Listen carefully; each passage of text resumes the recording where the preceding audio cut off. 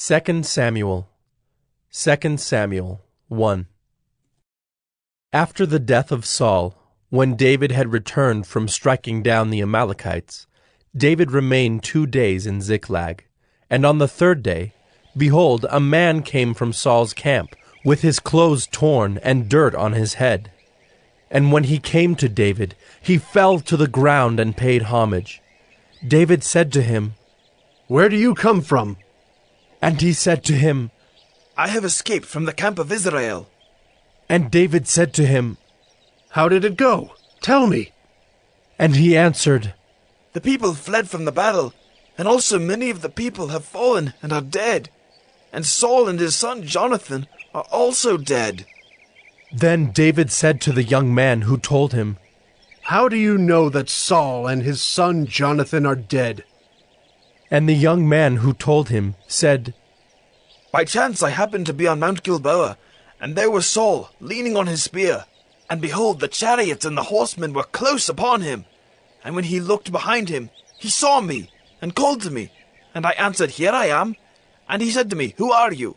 I answered him, 'I am an Amalekite.' And he said to me, 'Stand beside me, and kill me, for anguish has seized me, and yet my life still lingers.' So I stood beside him, and killed him, because I was sure that he could not live after he had fallen. And I took the crown that was on his head, and the armlet that was on his arm, and I have brought them here to my lord." Then David took hold of his clothes and tore them, and so did all the men who were with him. And they mourned and wept and fasted until evening for Saul and for Jonathan his son, and for the people of the Lord and for the house of Israel, because they had fallen by the sword. And David said to the young man who told him, "Where do you come from?" And he answered, "I am the son of a sojourner, an Amalekite." David said to him, "How is it you are not afraid to put out your hand to destroy the Lord's anointed?" Then David called one of the young men and said, "Go, execute him." And he struck him down so that he died. And David said to him, "Your blood be on your head, for your own mouth has testified against you, saying, 'I have killed the Lord's anointed.'" And David lamented with this lamentation over Saul and Jonathan his son. And he said it should be taught to the people of Judah. Behold, it is written in the book of Jasher. He said, "Your glory, O Israel, is slain on your high places. How the mighty have fallen! Tell it not in Gath, publish it not in the streets of Ashkelon, lest the daughters of the Philistines rejoice, lest the daughters of the uncircumcised exult. You mountains of Gilboa, let there be no dew or rain upon you, nor fields of offerings. For there the shield of the mighty was defiled, the shield of Saul, not anointed with oil. From the blood of the slain, from the fat of the mighty, the bow of Jonathan turned not back, and the sword of Saul returned not empty. Saul and Jonathan, beloved and lovely, in life and in death they were not divided. They were swifter than eagles, they were stronger than lions. You daughters of Israel, weep over Saul, who clothed you luxuriously in scarlet, who put ornaments of gold on your apparel. How the mighty have fallen in the midst of the battle! Jonathan lies slain on your high places. I am distressed for you, my brother Jonathan. Very pleasant have you been to me. Your love to me was extraordinary, surpassing the love of women. How the mighty have fallen, and the weapons of war perished."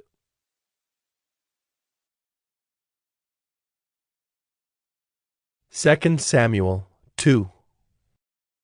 After this, David inquired of the Lord, "Shall I go up into any of the cities of Judah?" And the Lord said to him, "Go up." David said, "To which shall I go up?" And he said, "To Hebron."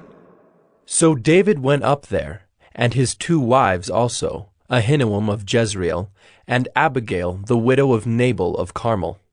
And David brought up his men who were with him, every one with his household, and they lived in the towns of Hebron. And the men of Judah came, and there they anointed David king over the house of Judah.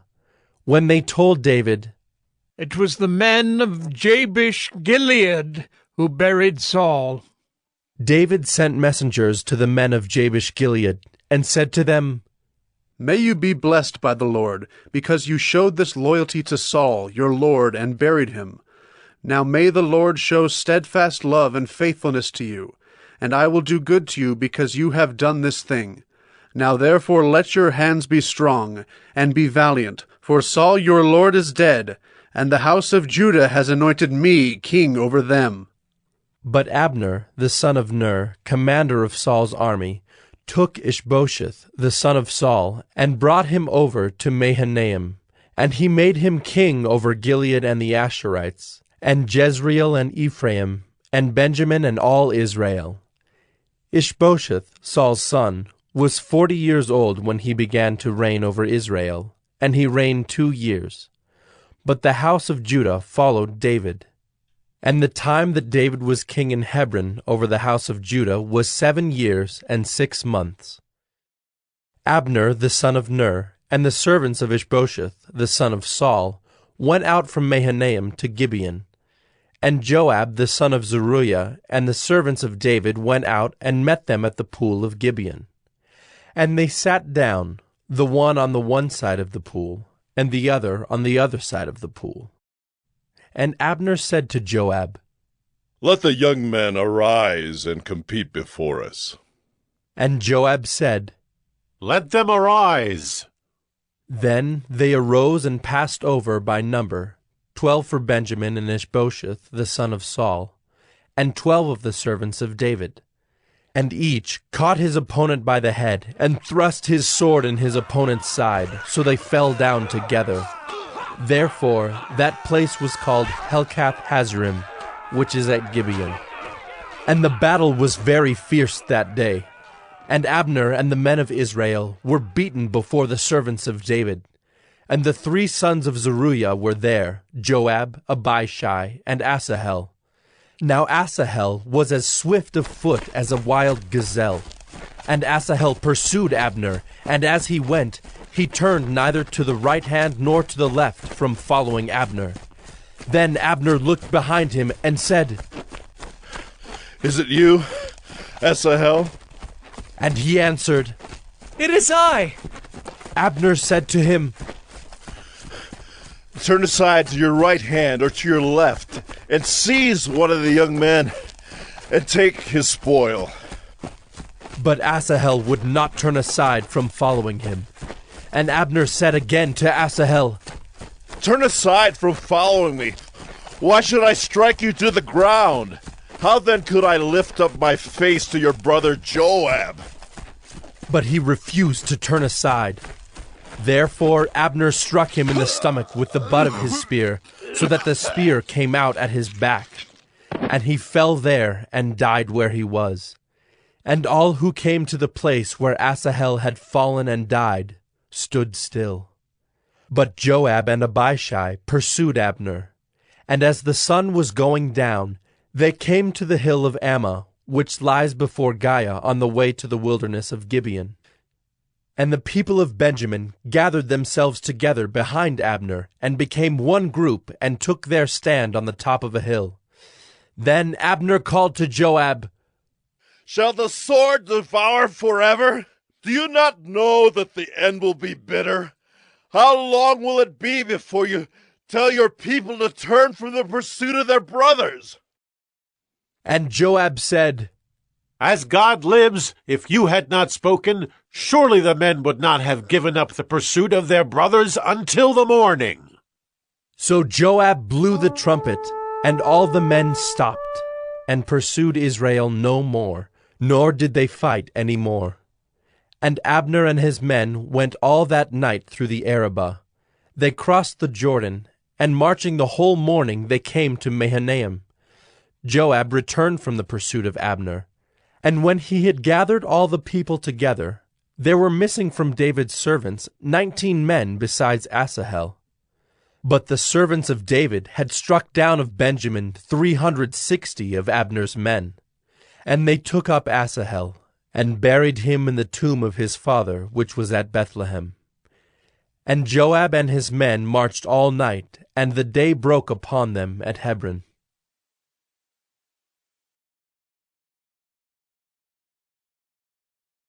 Second Samuel 3.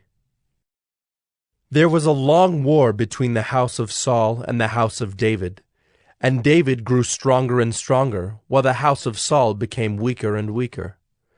And sons were born to David at Hebron.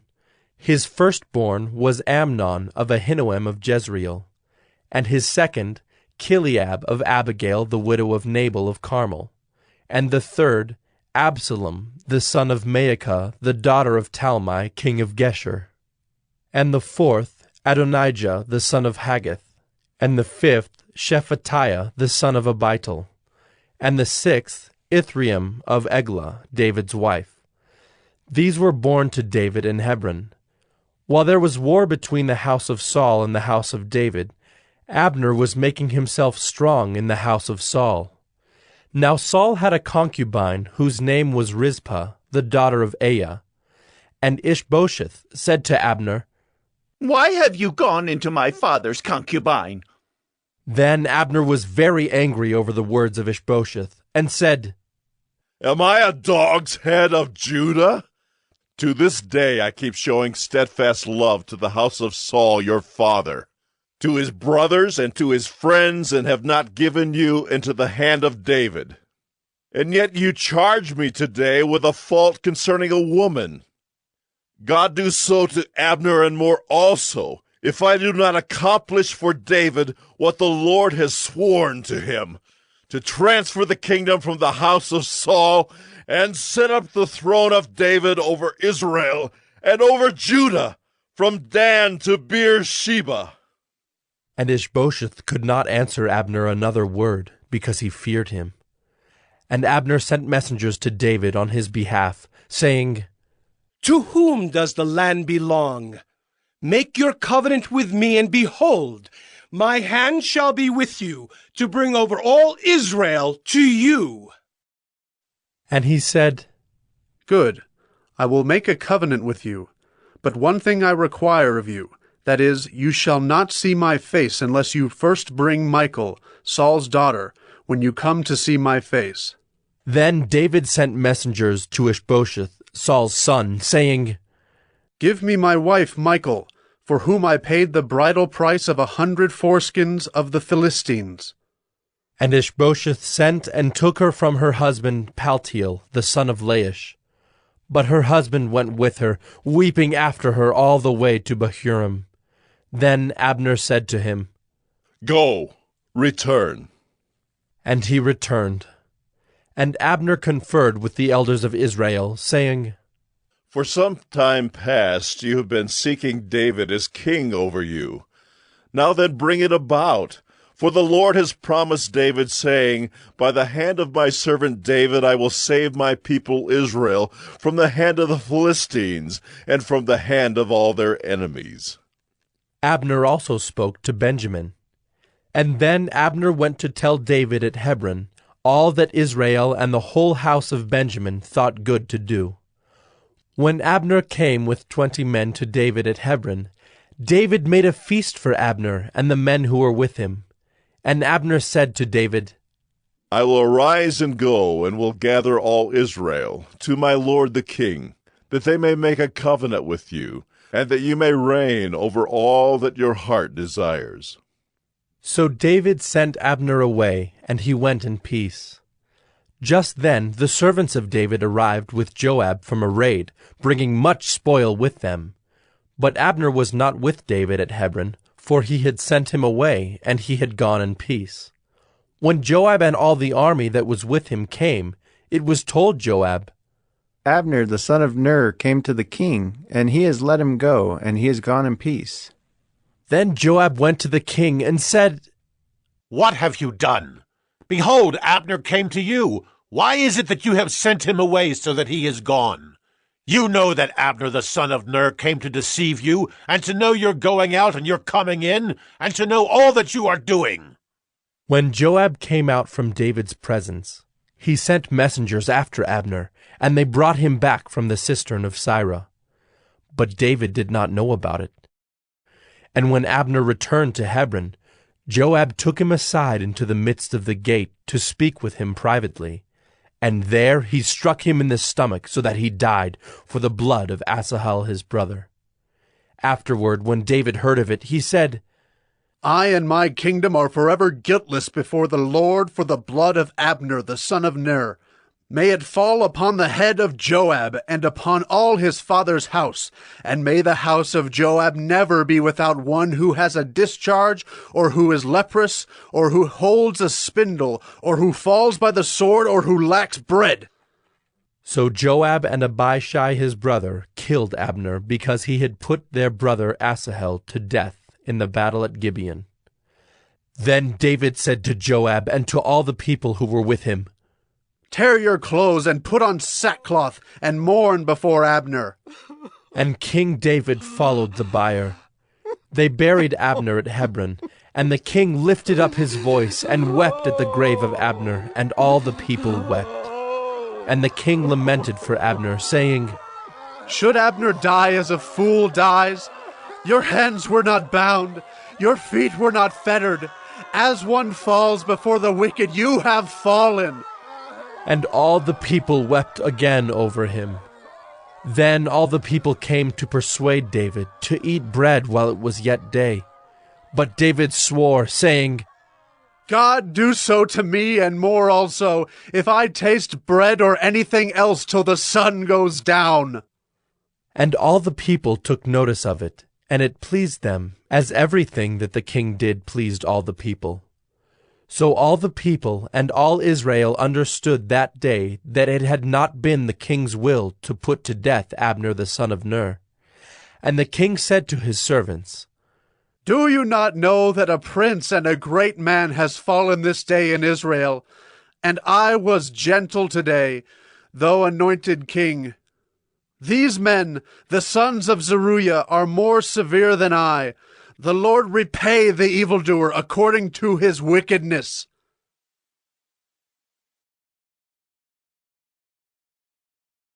Second Samuel 4. When Ishbosheth, Saul's son, heard that Abner had died at Hebron, his courage failed, and all Israel was dismayed. Now Saul's son had 2 men who were captains of raiding bands. The name of the one was Baanah, and the name of the other Rechab, sons of Rimmon, a man of Benjamin from Beeroth, for Beeroth also is counted part of Benjamin. The Beerothites fled to Gittaim, and have been sojourners there to this day. Jonathan the son of Saul had a son who was crippled in his feet. He was 5 years old when the news about Saul and Jonathan came from Jezreel, and his nurse took him up and fled. And as she fled in her haste, he fell and became lame. And his name was Mephibosheth.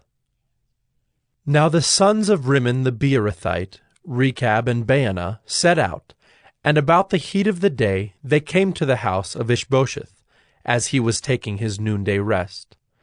And they came into the midst of the house as if to get wheat, and they stabbed him in the stomach. Then Rechab and Baanah his brother escaped. When they came into the house, as he lay on his bed in his bedroom, they struck him and put him to death and beheaded him. They took his head and went by the way of the Arabah all night, and brought the head of Ishbosheth to David at Hebron. And they said to the king, "Here is the head of Ishbosheth, the son of Saul, your enemy, who sought your life. The Lord has avenged my lord the king this day on Saul and on his offspring." But David answered Rechab and Baanah his brother, the sons of Rimmon the Beerothite, "As the Lord lives, who has redeemed my life out of every adversity, when one told me, 'Behold, Saul is dead,' and thought he was bringing good news, I seized him and killed him at Ziklag. which was the reward I gave him for his news.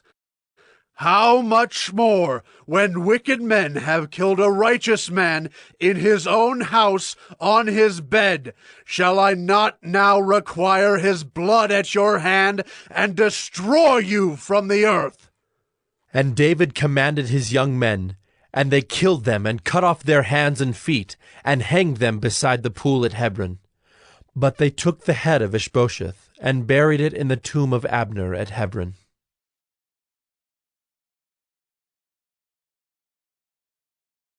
2 Samuel 5. Then all the tribes of Israel came to David at Hebron and said, Behold, we are your bone and flesh. In times past, when Saul was king over us, it was you who led out and brought in Israel. And the Lord said to you, You shall be shepherd of my people Israel, and you shall be prince over Israel. So all the elders of Israel came to the king at Hebron, and King David made a covenant with them at Hebron before the Lord, and they anointed David king over Israel. David was 30 years old when he began to reign, and he reigned 40 years. At Hebron he reigned over Judah 7 years and 6 months, and at Jerusalem he reigned over all Israel and Judah 33 years. And the king and his men went to Jerusalem against the Jebusites, the inhabitants of the land, who said to David, You will not come in here, but the blind and the lame will ward you off. Thinking, David cannot come in here. Nevertheless, David took the stronghold of Zion, that is the city of David. And David said on that day, Whoever would strike the Jebusites, let him get up the water shaft to attack the lame and the blind who are hated by David's soul. Therefore it is said, The blind and the lame shall not come into the house.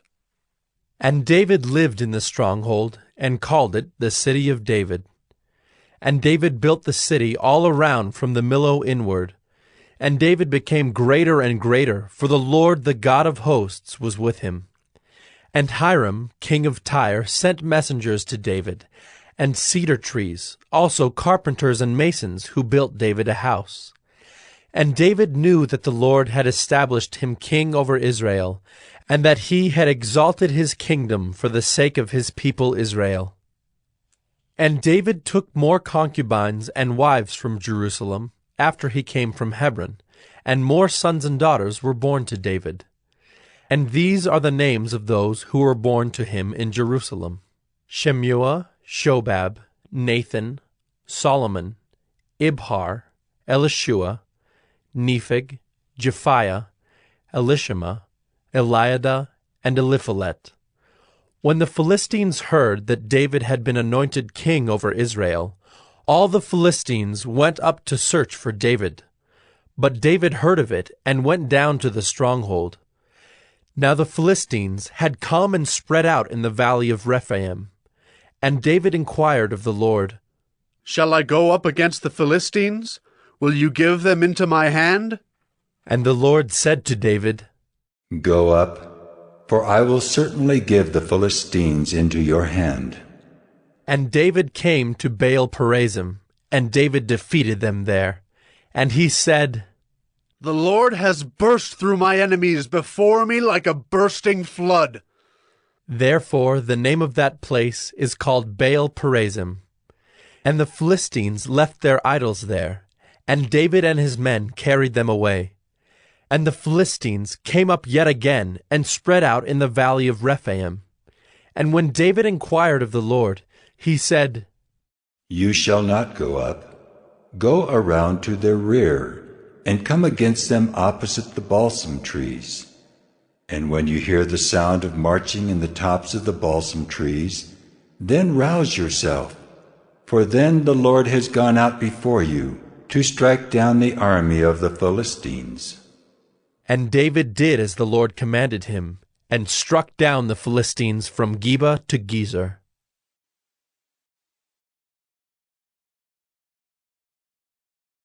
2 Samuel 6. David again gathered all the chosen men of Israel, 30,000. And David arose and went with all the people who were with him from Baale Judah, to bring up from there the ark of God, which is called by the name of the Lord of hosts, who sits enthroned on the cherubim. And they carried the ark of God on a new cart, and brought it out of the house of Abinadab, which was on the hill. And Uzzah and Ahio, the sons of Abinadab, were driving the new cart with the ark of God, and Ahio went before the ark. And David and all the house of Israel were making merry before the Lord, with songs and lyres and harps, and tambourines and castanets and cymbals. And when they came to the threshing floor of Nacon, Uzzah put out his hand to the ark of God, and took hold of it, for the oxen stumbled. And the anger of the Lord was kindled against Uzzah, and God struck him down there because of his error, and he died there beside the ark of God. And David was angry because the Lord had burst forth against Uzzah, and that place is called Perez Uzzah to this day. And David was afraid of the Lord that day, and he said, "How can the ark of the Lord come to me?" So David was not willing to take the ark of the Lord into the city of David. But David took it aside to the house of Obed-Edom the Gittite. And the ark of the Lord remained in the house of Obed-Edom the Gittite 3 months. And the Lord blessed Obed-Edom and all his household.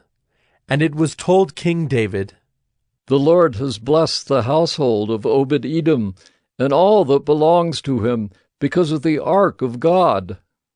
So David went and brought up the ark of God from the house of Obed-Edom to the city of David with rejoicing. And when those who bore the ark of the Lord had gone 6 steps, he sacrificed an ox and a fattened animal. And David danced before the Lord with all his might, and David was wearing a linen ephod. So David and all the house of Israel brought up the ark of the Lord with shouting and with the sound of the horn. As the ark of the Lord came into the city of David, Michal, the daughter of Saul, looked out of the window and saw King David leaping and dancing before the Lord, and she despised him in her heart. And they brought in the ark of the Lord and set it in its place, inside the tent that David had pitched for it.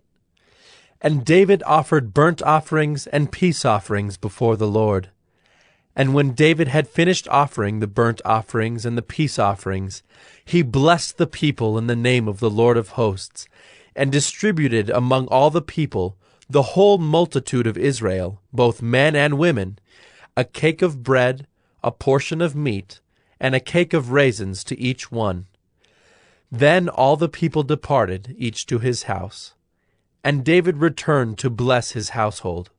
But Michal, the daughter of Saul, came out to meet David, and said, "How the king of Israel honored himself today, uncovering himself today before the eyes of his servants, female servants, as one of the vulgar fellows shamelessly uncovers himself."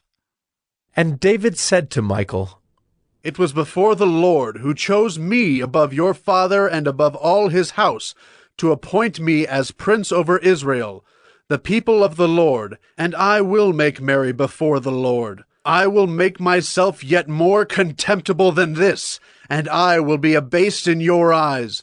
But by the female servants of whom you have spoken, by them I shall be held in honor." And Michal, the daughter of Saul, had no child to the day of her death.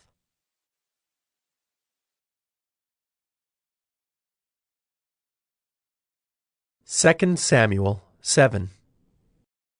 Now when the king lived in his house, and the Lord had given him rest from all his surrounding enemies, the king said to Nathan the prophet, "See now, I dwell in a house of cedar, but the ark of God dwells in a tent." And Nathan said to the king, "Go, do all that is in your heart, for the Lord is with you." But that same night the word of the Lord came to Nathan. "Go and tell my servant David, thus says the Lord, would you build me a house to dwell in? I have not lived in a house since the day I brought up the people of Israel from Egypt to this day. but I have been moving about in a tent for my dwelling. In all places where I have moved with all the people of Israel, did I speak a word with any of the judges of Israel, whom I commanded to shepherd my people Israel, saying, Why have you not built me a house of cedar? Now therefore, thus you shall say to my servant David, Thus says the Lord of hosts, I took you from the pasture, from following the sheep, that you should be prince over my people Israel. And I have been with you wherever you went, and have cut off all your enemies from before you.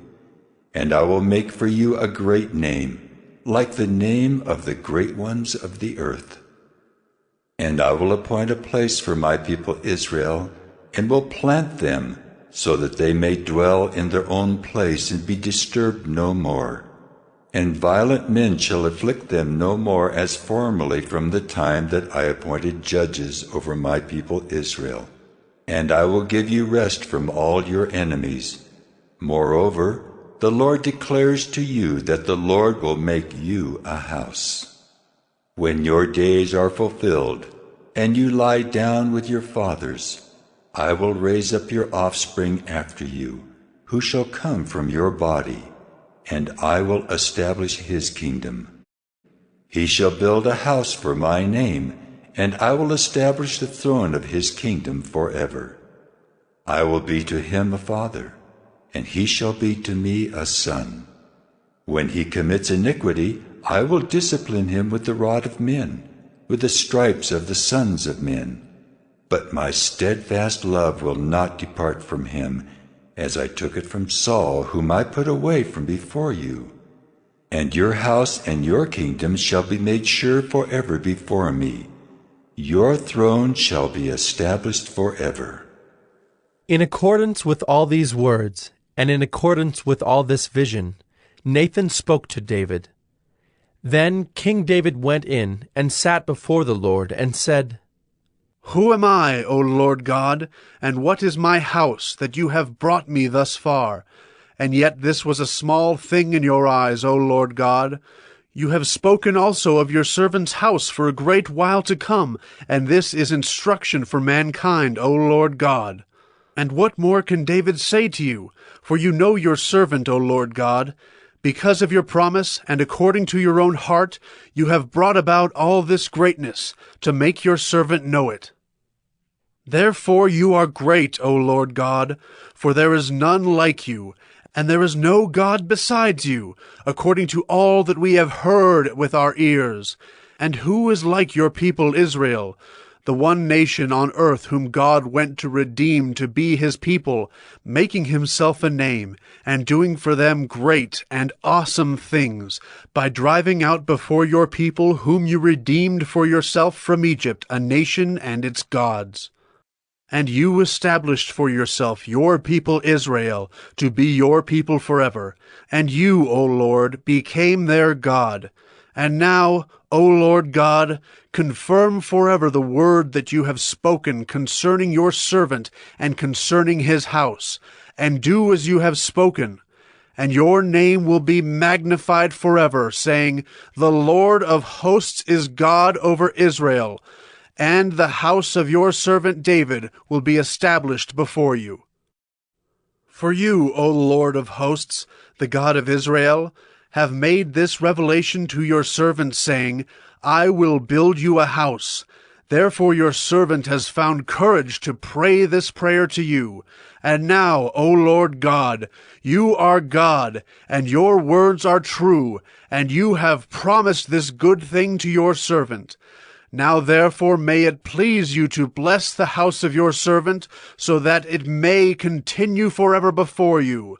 For you, O Lord God, have spoken, and with your blessing shall the house of your servant be blessed forever.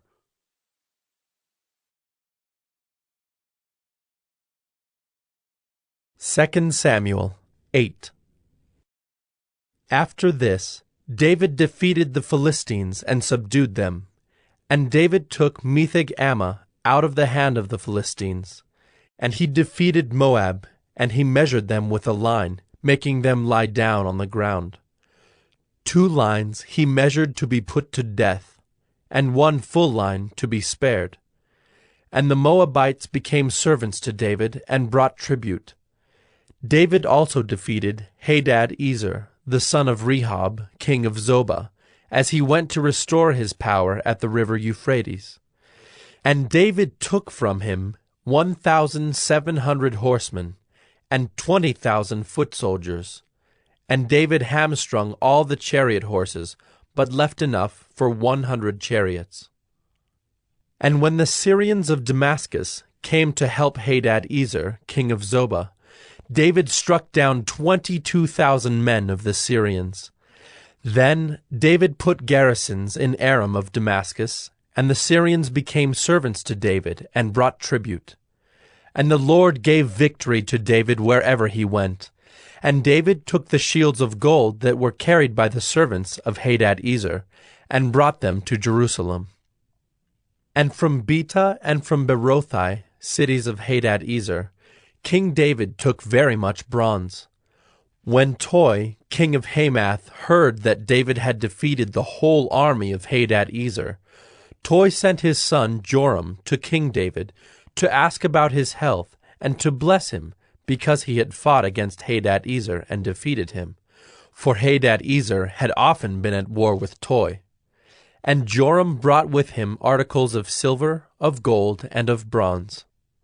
These also King David dedicated to the Lord, together with the silver and gold that he dedicated from all the nations he subdued, from Edom, Moab, the Ammonites, the Philistines, Amalek, and from the spoil of Hadad-ezer, the son of Rehob, king of Zobah.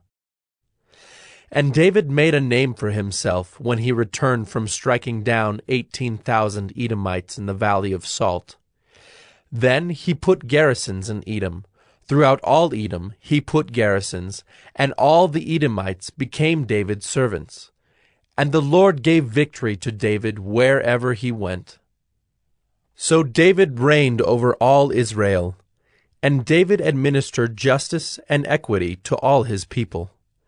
Joab, the son of Zeruiah, was over the army, and Jehoshaphat, the son of Ahilud, was recorder.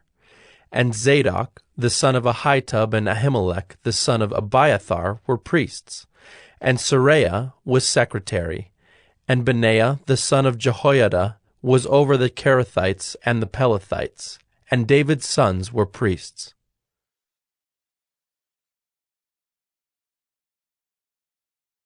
Second Samuel 9.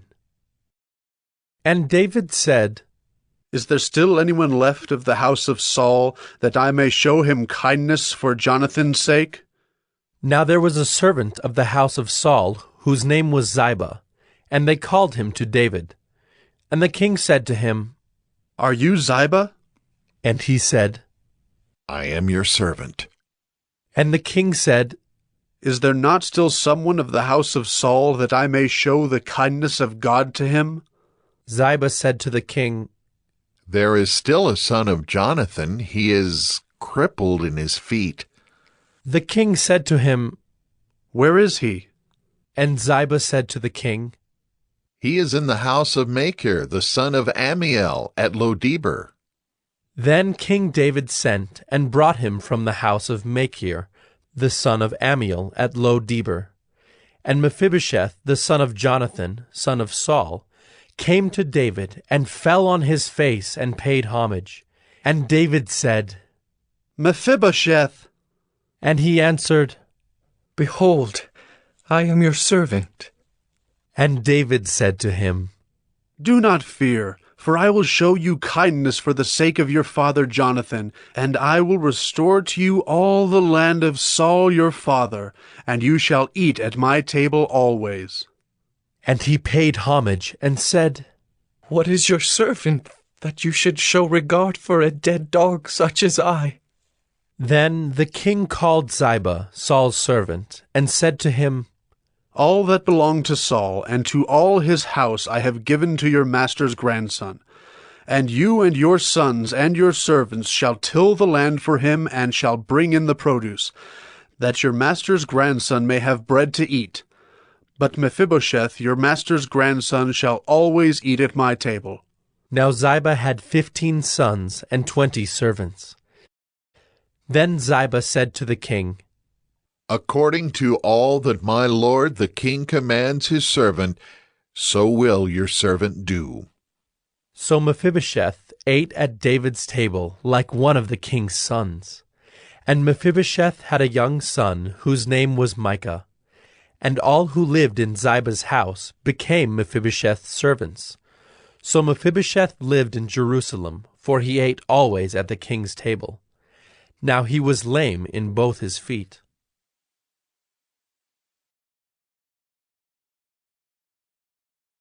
Second Samuel 10. After this, the king of the Ammonites died, and Hanun his son reigned in his place. And David said, I will deal loyally with Hanun the son of Nahash, as his father dealt loyally with me. So David sent by his servants to console him concerning his father. And David's servants came into the land of the Ammonites. But the princes of the Ammonites said to Hanun their lord, Do you think because David has sent comforters to you that he is honoring your father? Has not David sent his servants to you to search the city, and to spy it out, and to overthrow it? So Hanun took David's servants, and shaved off half the beard of each, and cut off their garments in the middle at their hips, and sent them away. When it was told David, he sent to meet them, for the men were greatly ashamed. And the king said, Remain at Jericho until your beards have grown, and then return. When the Ammonites saw that they had become a stench to David, the Ammonites sent and hired the Syrians of Beth-rehob, and the Syrians of Zobah, 20,000 foot soldiers, and the king of Maacah with 1,000 men, and the men of Tob, 12,000 men. And when David heard of it, he sent Joab and all the host of the mighty men. And the Ammonites came out and drew up in battle array at the entrance of the gate. And the Syrians of Zobah and of Rehob, and the men of Tob and Maacah were by themselves in the open country. When Joab saw that the battle was set against him, both in front and in the rear, he chose some of the best men of Israel, and arrayed them against the Syrians. The rest of his men he put in the charge of Abishai his brother, and he arrayed them against the Ammonites. And he said, If the Syrians are too strong for me, then you shall help me. But if the Ammonites are too strong for you, then I will come and help you. Be of good courage, and let us be courageous for our people, and for the cities of our God, and may the Lord do what seems good to him. So Joab and the people who were with him drew near to battle against the Syrians, and they fled before him. And when the Ammonites saw that the Syrians fled, they likewise fled before Abishai, and entered the city. Then Joab returned from fighting against the Ammonites, and came to Jerusalem. But when the Syrians saw that they had been defeated by Israel, they gathered themselves together. And Hadad-ezer sent and brought out the Syrians who were beyond the Euphrates. They came to Helam, with Shobach, the commander of the army of Hadad-ezer, at their head.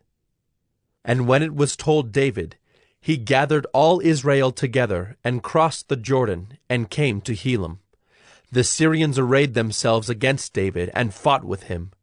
And the Syrians fled before Israel, and David killed of the Syrians the men of 700 chariots, and 40,000 horsemen, and wounded Shobach, the commander of their army, so that he died there. And when all the kings who were servants of Hadad-ezer saw that they had been defeated by Israel, they made peace with Israel, and became subject to them. So the Syrians were afraid to save the Ammonites any more.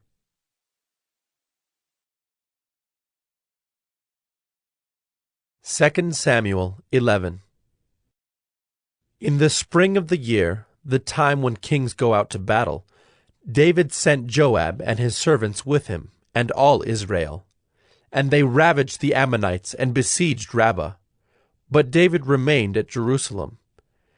It happened late one afternoon, when David arose from his couch and was walking on the roof of the king's house, that he saw from the roof a woman bathing, and the woman was very beautiful. And David sent and inquired about the woman. And one said, Is not this Bathsheba, the daughter of Eliam, the wife of Uriah the Hittite? So David sent messengers and took her, and she came to him, and he lay with her. Now she had been purifying herself from her uncleanness. Then she returned to her house. And the woman conceived, and she sent and told David, I am pregnant. So David sent word to Joab, Send me Uriah the Hittite. And Joab sent Uriah to David. When Uriah came to him, David asked how Joab was doing, and how the people were doing, and how the war was going. Then David said to Uriah, Go down to your house and wash your feet. And Uriah went out of the king's house, and there followed him a present from the king. But Uriah slept at the door of the king's house with all the servants of his lord, and did not go down to his house. When they told David, Uriah did not go down to his house, David said to Uriah, Have you not come from a journey? Why did you not go down to your house? Uriah said to David, The ark and Israel and Judah dwell in booths, and my lord Joab and the servants of my lord are camping in the open field. Shall I then go to my house, to eat and to drink, and to lie with my wife? As you live, and as your soul lives, I will not do this thing. Then David said to Uriah, Remain here today also, and tomorrow I will send you back. So Uriah remained in Jerusalem that day and the next. And David invited him, and he ate in his presence and drank, so that he made him drunk.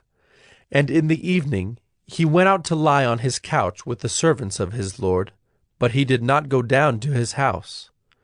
In the morning David wrote a letter to Joab, and sent it by the hand of Uriah. In the letter he wrote, Set Uriah in the forefront of the hardest fighting, and then draw back from him, that he may be struck down and die. And as Joab was besieging the city, he assigned Uriah to the place where he knew there were valiant men. And the men of the city came out and fought with Joab, and some of the servants of David among the people fell. Uriah the Hittite also died. Then Joab sent and told David all the news about the fighting. And he instructed the messenger, When you have finished telling all the news about the fighting to the king, then, if the king's anger rises, and if he says to you, Why did you go so near the city to fight? Did you not know that they would shoot from the wall? Who killed Abimelech, the son of Jerubbesheth? Did not a woman cast an upper millstone on him from the wall, so that he died at Thebez? Why did you go so near the wall? Then you shall say, Your servant Uriah the Hittite is dead also. So the messenger went and came and told David all that Joab had sent him to tell. The messenger said to David, The men gained an advantage over us and came out against us in the field, but we drove them back to the entrance of the gate. Then the archers shot at your servants from the wall. Some of the king's servants are dead, and your servant Uriah the Hittite is dead also. David said to the messenger, Thus shall you say to Joab, Do not let this matter trouble you, for the sword devours now one and now another. Strengthen your attack against the city and overthrow it, and encourage him. When the wife of Uriah heard that Uriah her husband was dead, she lamented over her husband. And when the mourning was over, David sent and brought her to his house, and she became his wife, and bore him a son. But the thing that David had done displeased the Lord.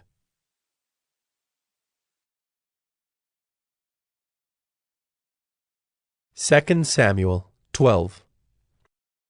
And the Lord sent Nathan to David. He came to him and said to him, There were 2 men in a certain city, the one rich and the other poor.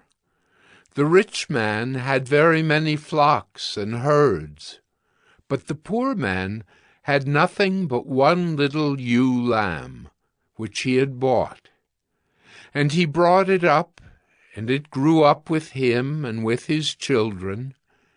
It used to eat of his morsel and drink from his cup and lie in his arms, and it was like a daughter to him.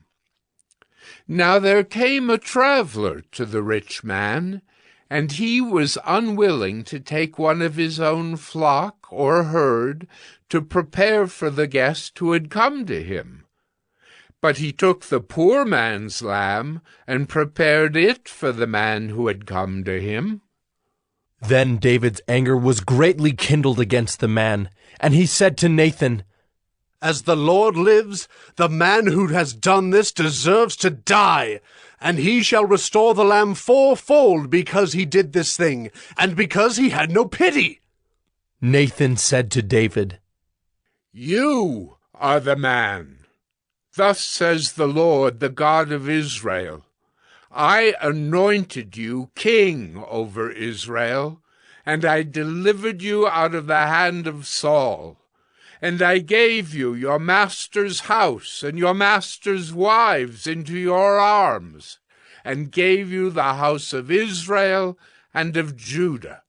And if this were too little, I would add to you as much more. Why have you despised the word of the Lord, to do what is evil in his sight? You have struck down Uriah the Hittite with the sword, and have taken his wife to be your wife, and have killed him with the sword of the Ammonites. Now, therefore, the sword shall never depart from your house, because you have despised me, and have taken the wife of Uriah the Hittite to be your wife. Thus says the Lord, Behold, I will raise up evil against you out of your own house, and I will take your wives before your eyes, and give them to your neighbor, and he shall lie with your wives in the sight of this sun, for you did it secretly. But I will do this thing before all Israel and before the sun." David said to Nathan, "I have sinned against the Lord." And Nathan said to David, "The Lord also has put away your sin. You shall not die. Nevertheless, because by this deed you have utterly scorned the Lord, the child who is born to you shall die." Then Nathan went to his house. And the Lord afflicted the child that Uriah's wife bore to David, and he became sick. David therefore sought God on behalf of the child, and David fasted and went in and lay all night on the ground. And the elders of his house stood beside him to raise him from the ground, but he would not, nor did he eat food with them. On the 7th day the child died. And the servants of David were afraid to tell him that the child was dead, for they said, "Behold, while the child was yet alive, we spoke to him, and he did not listen to us. How then can we say to him, the child is dead? He may do himself some harm." But when David saw that his servants were whispering together, David understood that the child was dead. And David said to his servants, "Is the child dead?" They said, "He is dead." Then David arose from the earth, and washed and anointed himself, and changed his clothes. And he went into the house of the Lord, and worshipped. He then went to his own house, and when he asked, they set food before him, and he ate. Then his servant said to him, "What is this thing that you have done? You fasted and wept for the child while he was alive, but when the child died, you arose and ate food." He said, "While the child was still alive, I fasted and wept, for I said, Who knows whether the Lord will be gracious to me, that the child may live? But now he is dead. Why should I fast? Can I bring him back again? I shall go to him, but he will not return to me." Then David comforted his wife Bathsheba, and went in to her and lay with her. And she bore a son, and he called his name Solomon. And the Lord loved him, and sent a message by Nathan the prophet. So he called his name Jedidiah, because of the Lord. Now Joab fought against Rabbah of the Ammonites, and took the royal city. And Joab sent messengers to David, and said, I have fought against Rabbah. Moreover, I have taken the city of waters. Now then, gather the rest of the people together, and encamp against the city, and take it, lest I take the city, and it be called by my name. So David gathered all the people together, and went to Rabbah, and fought against it, and took it. And he took the crown of their king from his head. The weight of it was a talent of gold, and in it was a precious stone, and it was placed on David's head. And he brought out the spoil of the city, a very great amount. And he brought out the people who were in it, and set them to labor with saws and iron picks and iron axes, and made them toil at the brick kilns. And thus he did to all the cities of the Ammonites. Then David and all the people returned to Jerusalem.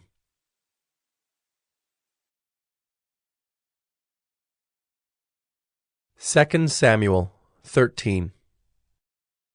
Now Absalom, David's son, had a beautiful sister, whose name was Tamar. And after a time, Amnon, David's son, loved her.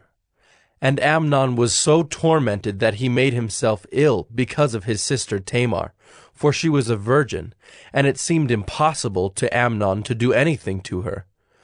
But Amnon had a friend, whose name was Jonadab, the son of Shimeah, David's brother. And Jonadab was a very crafty man. And he said to him, O son of the king, why are you so haggard morning after morning? Will you not tell me? Amnon said to him, I love Tamar, my brother Absalom's sister. Jonadab said to him, Lie down on your bed and pretend to be ill, and when your father comes to see you, say to him, Let my sister Tamar come and give me bread to eat, and prepare the food in my sight, that I may see it and eat it from her hand.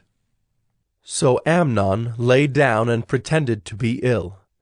And when the king came to see him, Amnon said to the king, Please, let my sister Tamar come and make a couple of cakes in my sight, that I may eat from her hand. Then David sent home to Tamar, saying, Go to your brother Amnon's house and prepare food for him. So Tamar went to her brother Amnon's house, where he was lying down. And she took dough and kneaded it, and made cakes in his sight, and baked the cakes. And she took the pan and emptied it out before him, but he refused to eat. And Amnon said, Send out everyone from me. So everyone went out from him. Then Amnon said to Tamar, Bring the food into the chamber, that I may eat from your hand.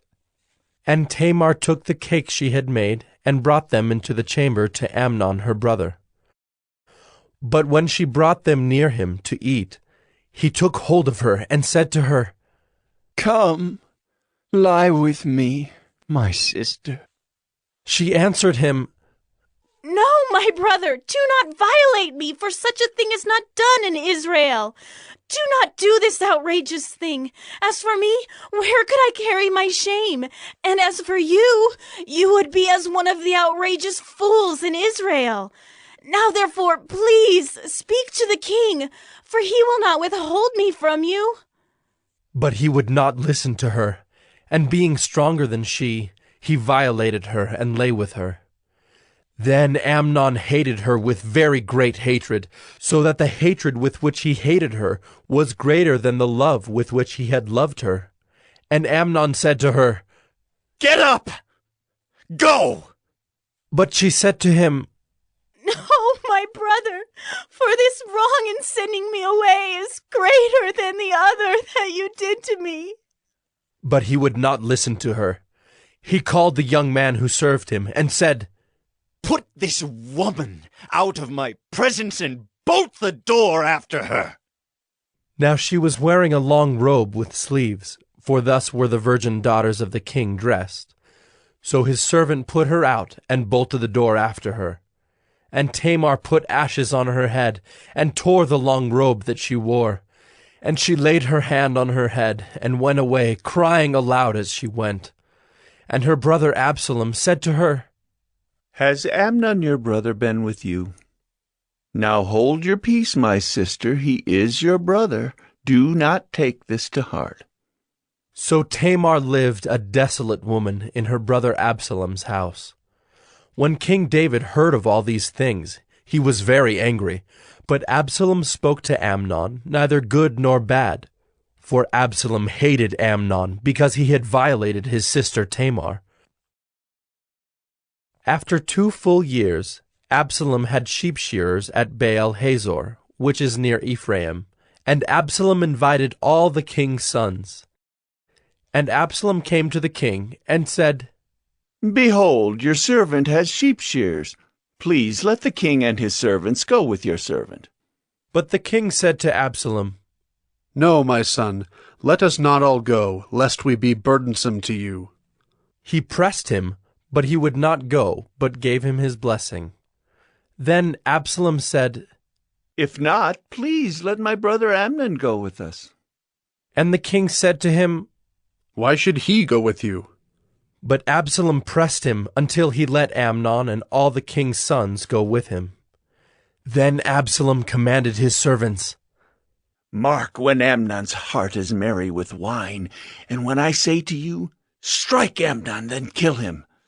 Do not fear, have I not commanded you? Be courageous and be valiant." So the servants of Absalom did to Amnon as Absalom had commanded. Then all the king's sons arose, and each mounted his mule and fled. While they were on the way, news came to David. Absalom has struck down all the king's sons, and not one of them is left. Then the king arose and tore his garments and lay on the earth. And all his servants who were standing by tore their garments. But Jonadab, the son of Shimeah, David's brother, said, "Let not my lord suppose that they have killed all the young men, the king's sons, for Amnon alone is dead. For by the command of Absalom, this has been determined from the day he violated his sister Tamar. Now, therefore, let not my lord the king so take it to heart as to suppose that all the king's sons are dead, for Amnon alone is dead." But Absalom fled, and the young man who kept the watch lifted up his eyes and looked, and behold, many people were coming from the road behind him by the side of the mountain. And Jonadab said to the king, "Behold, the king's sons have come. As your servant said, so it has come about." And as soon as he had finished speaking, behold, the king's sons came and lifted up their voice and wept. And the king also, and all his servants, wept very bitterly. But Absalom fled, and went to Talmai, the son of Ammihud, king of Geshur. And David mourned for his son day after day. So Absalom fled, and went to Geshur, and was there 3 years. And the spirit of the king longed to go out to Absalom, because he was comforted about Amnon, since he was dead.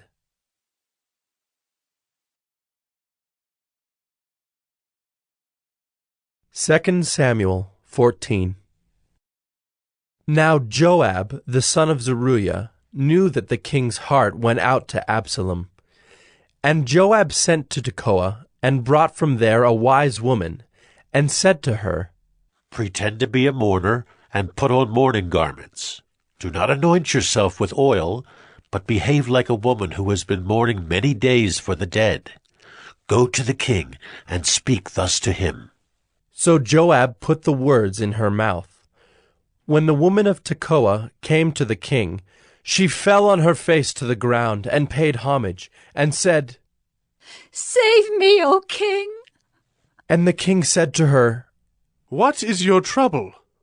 She answered, "Alas, I am a widow, My husband is dead, and your servant had 2 sons, and they quarreled with one another in the field. There was no one to separate them. And one struck the other and killed him. And now the whole clan has risen against your servant, and they say, 'Give up the man who struck his brother, that we may put him to death for the life of his brother whom he killed.' And so they would destroy the heir also.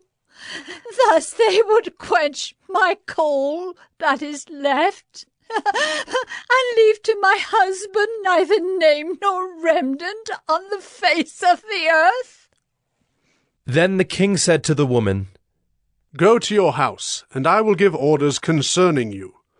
And the woman of Tekoa said to the king, "On me be the guilt, my lord the king, and on my father's house.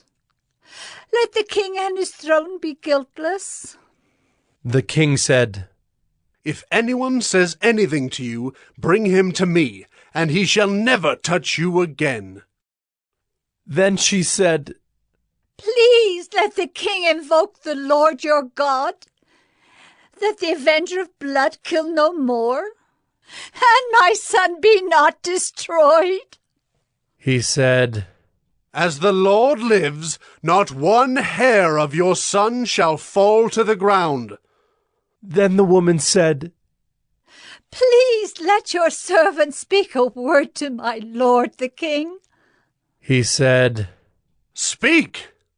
And the woman said, "Why then have you planned such a thing against the people of God? For in giving this decision the king convicts himself, inasmuch as the king does not bring his banished one home again. We must all die. We are like water spilled on the ground, which cannot be gathered up again. But God will not take away life, and he devises means so that the banished one will not remain an outcast. Now I have come to say this to my lord the king, because the people have made me afraid. And your servant thought, I will speak to the king. It may be that the king will perform the request of his servant. For the king will hear and deliver his servant from the hand of the man who would destroy me, and my son together from the heritage of God. And your servant thought, the word of my lord the king will set me at rest. For my lord the king is like the angel of God to discern good and evil. The Lord your God be with you." Then the king answered the woman, "Do not hide from me anything I ask you." And the woman said, "Let my lord the king speak." The king said, "Is the hand of Joab with you in all this?"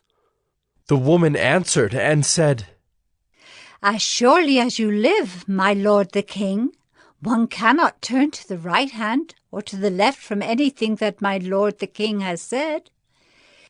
It was your servant Joab who commanded me. It was he who put all these words in the mouth of your servant. In order to change the course of things, your servant Joab did this. But my lord has wisdom like the wisdom of the angel of God, to know all things that are on the earth." Then the king said to Joab, "Behold now, I grant this. Go, bring back the young man Absalom." And Joab fell on his face to the ground, and paid homage, and blessed the king.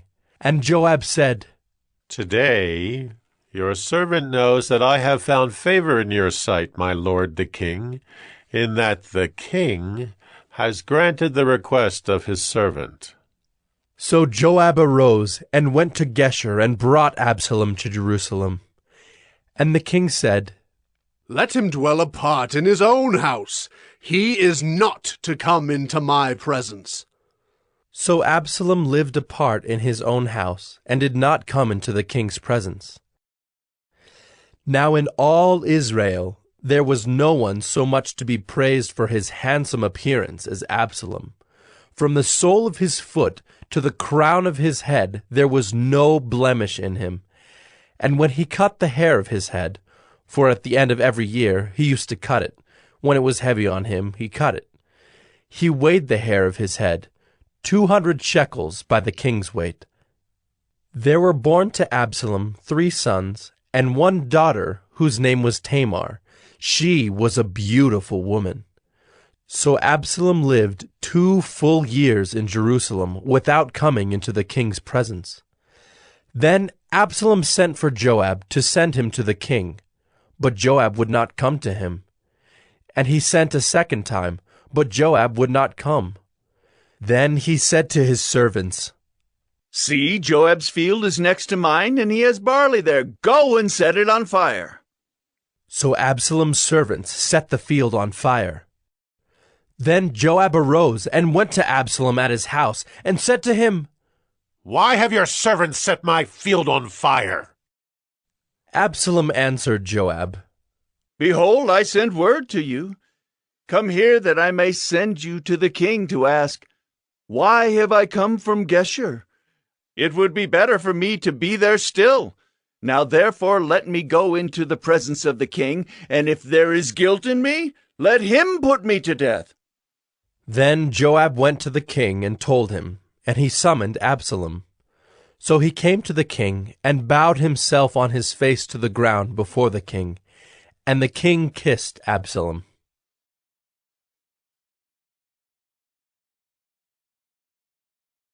Second Samuel 15.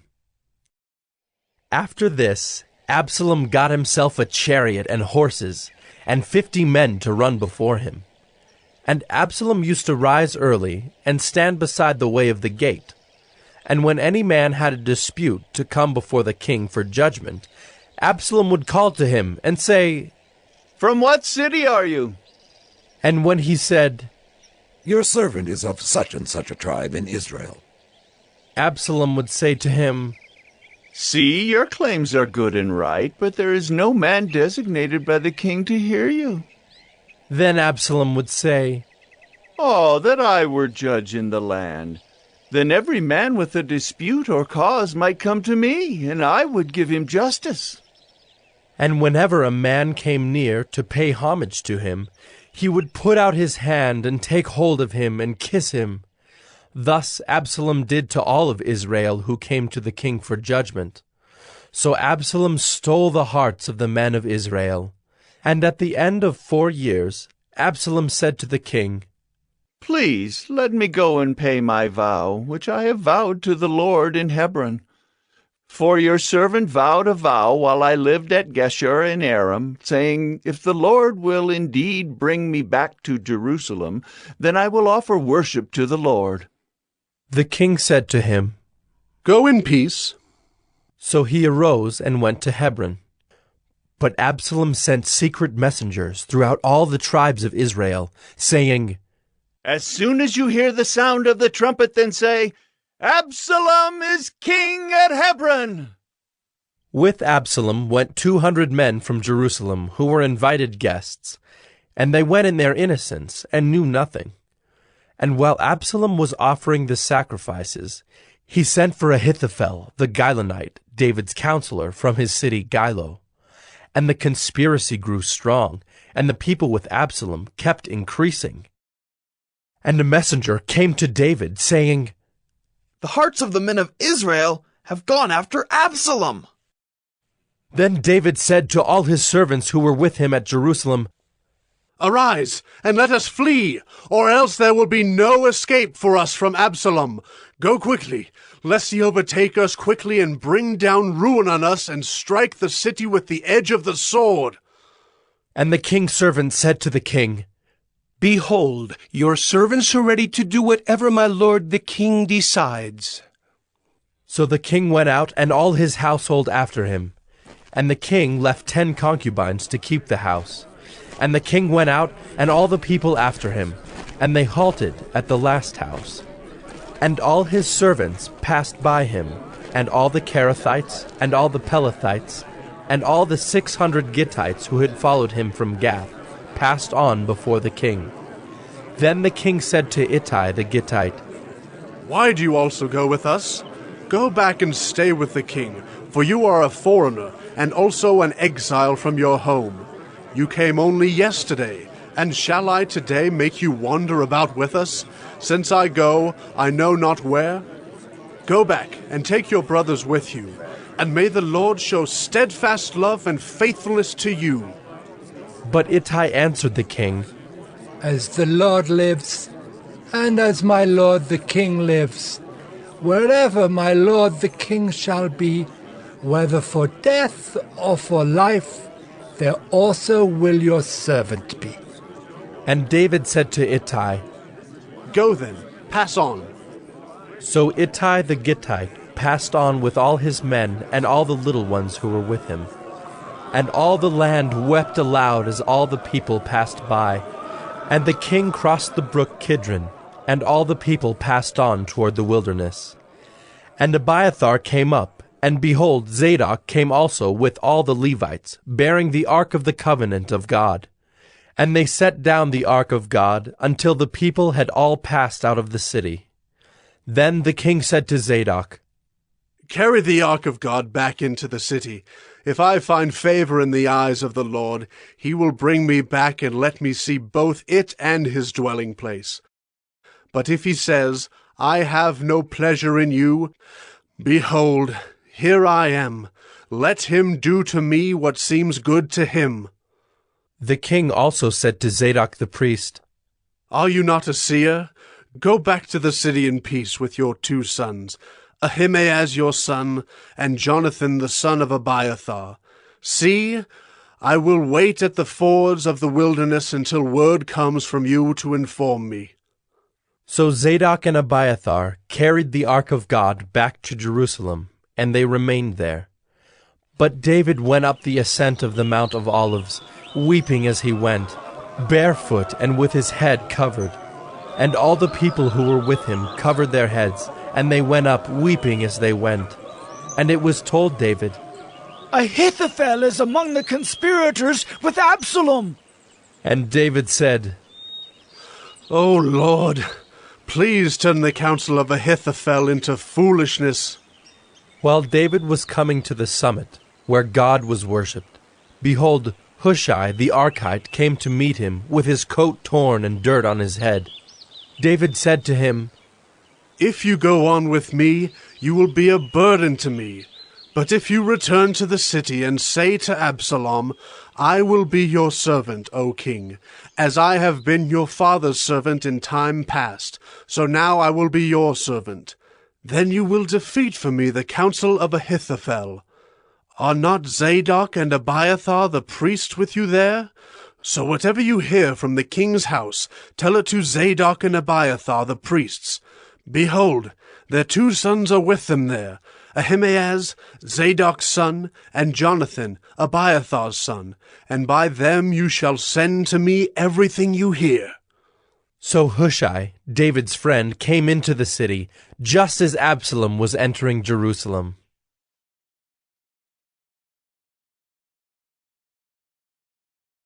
2 Samuel 16.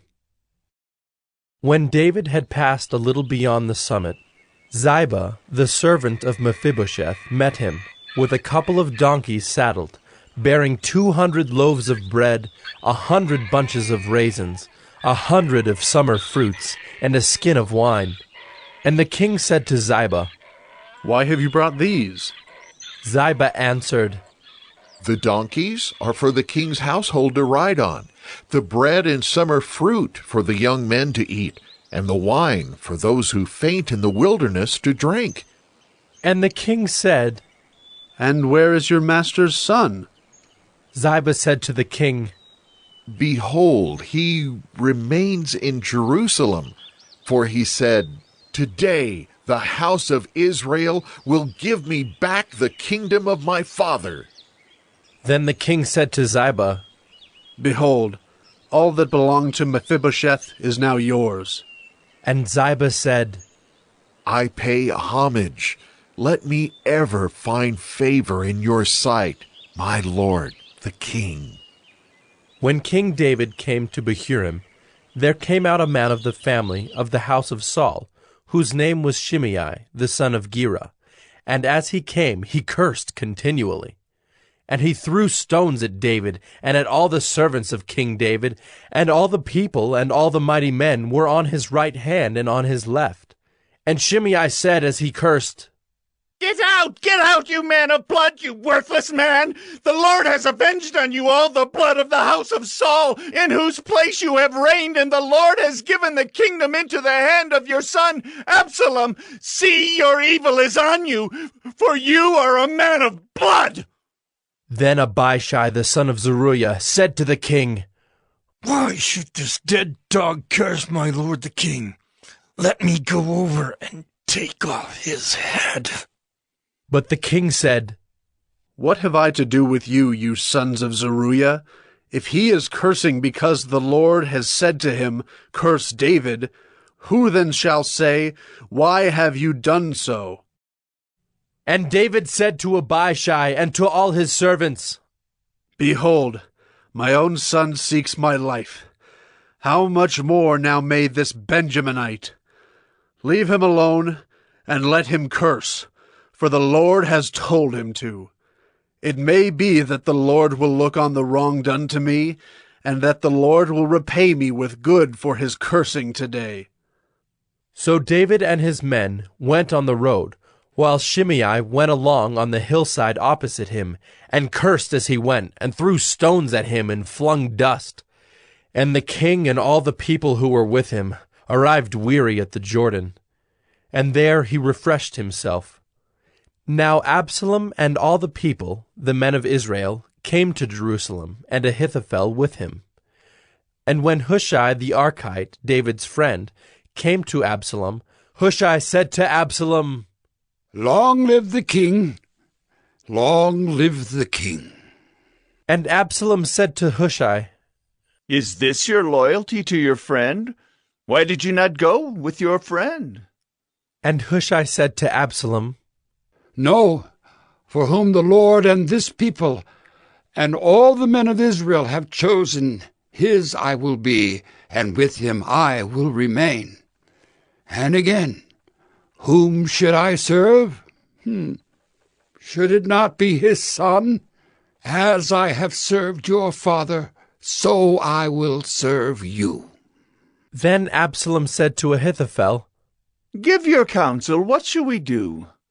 Ahithophel said to Absalom, Go into your father's concubines, whom he has left to keep the house, and all Israel will hear that you have made yourself a stench to your father, and the hands of all who are with you will be strengthened. So they pitched a tent for Absalom on the roof. And Absalom went into his father's concubines in the sight of all Israel. Now in those days the counsel that Ahithophel gave was as if one consulted the word of God. So was all the counsel of Ahithophel esteemed, both by David and by Absalom.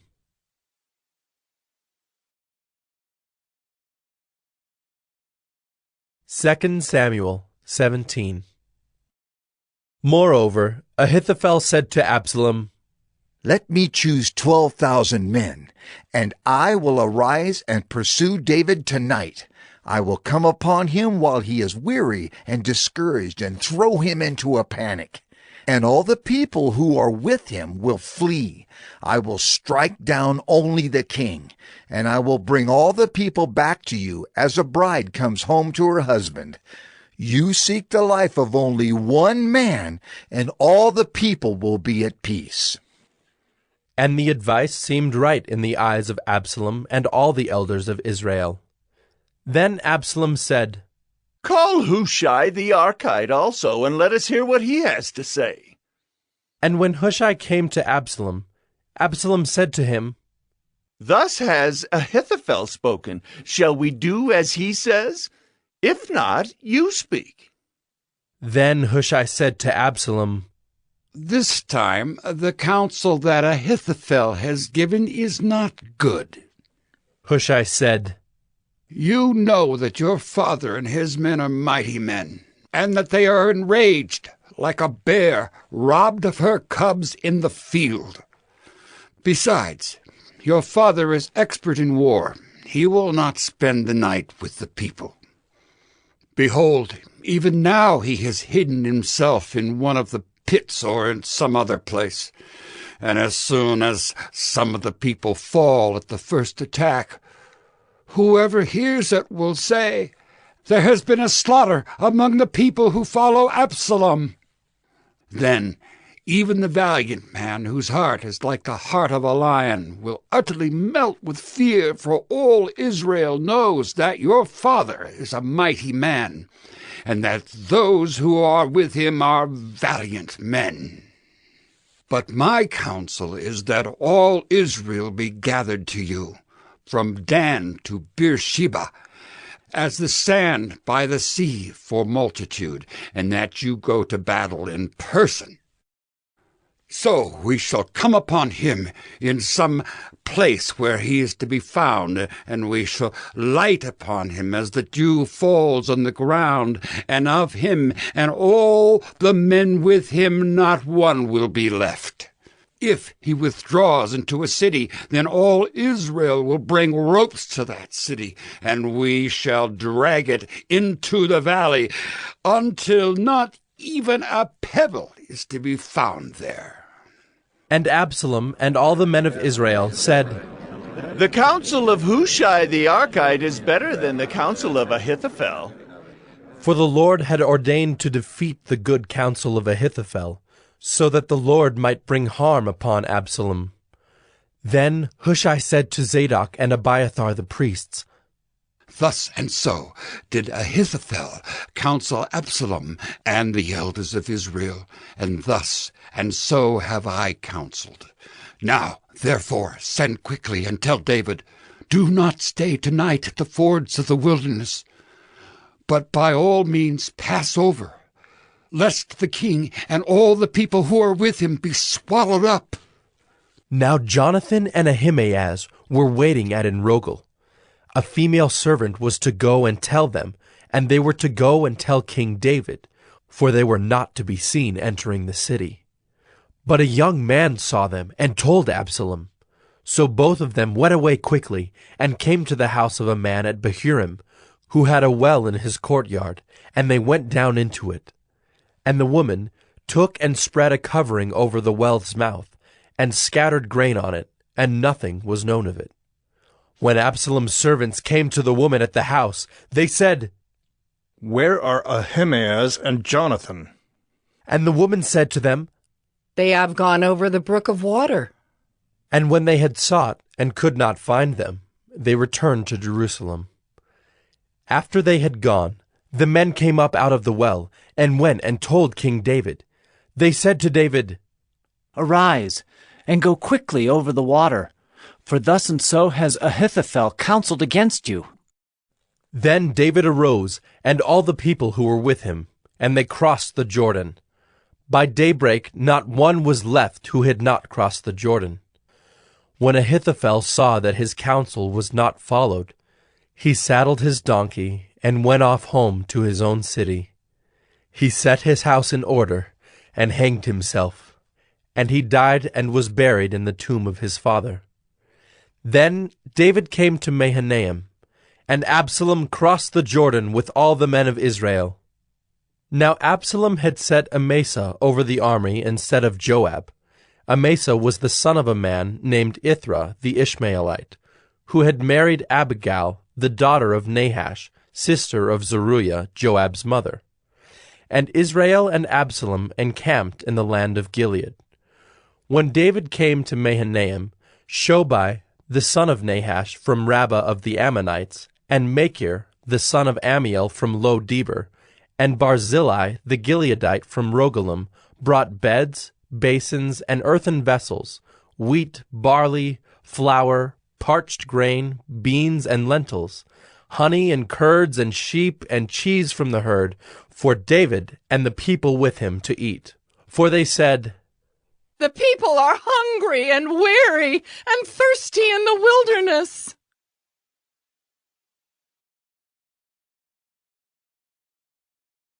Second Samuel 18. Then David mustered the men who were with him, and set over them commanders of thousands and commanders of hundreds. And David sent out the army, 1/3 under the command of Joab, 1/3 under the command of Abishai the son of Zeruiah, Joab's brother, and 1/3 under the command of Ittai the Gittite. And the king said to the men, I myself will also go out with you. But the men said, You shall not go out, for if we flee, they will not care about us. If half of us die, they will not care about us. But you are worth 10,000 of us. Therefore it is better that you send us help from the city. The king said to them, Whatever seems best to you, I will do.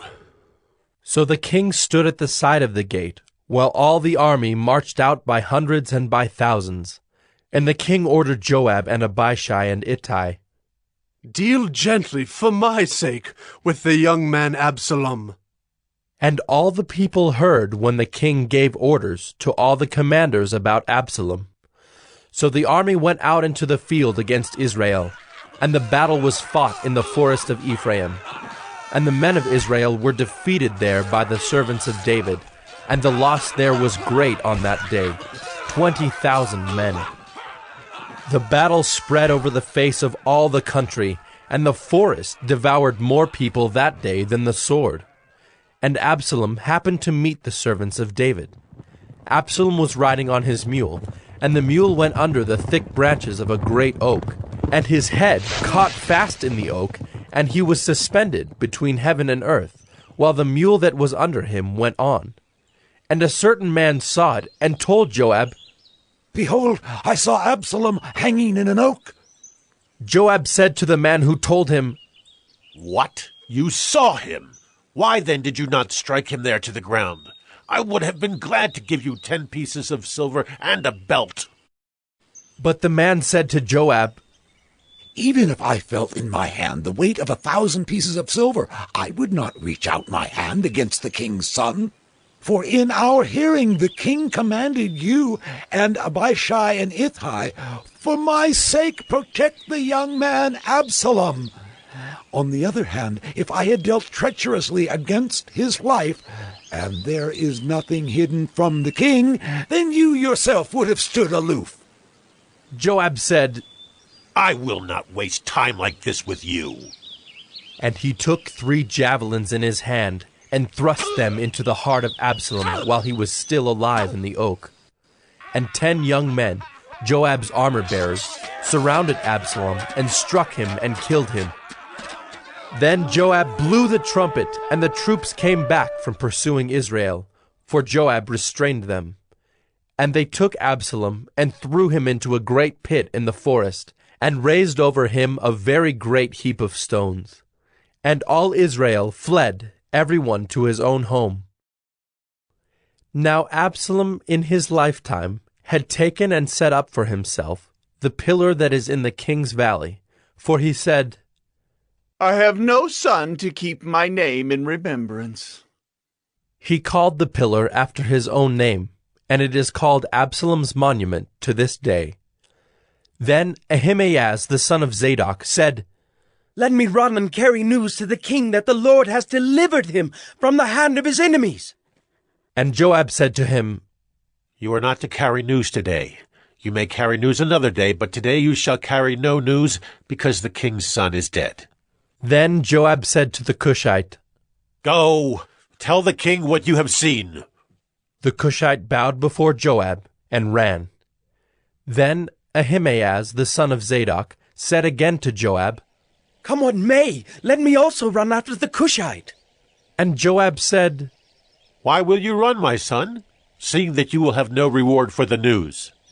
Come what may, he said, I will run. So he said to him, Run! Then Ahimaaz ran by the way of the plain, and outran the Cushite. Now David was sitting between the 2 gates, and the watchman went up to the roof of the gate by the wall.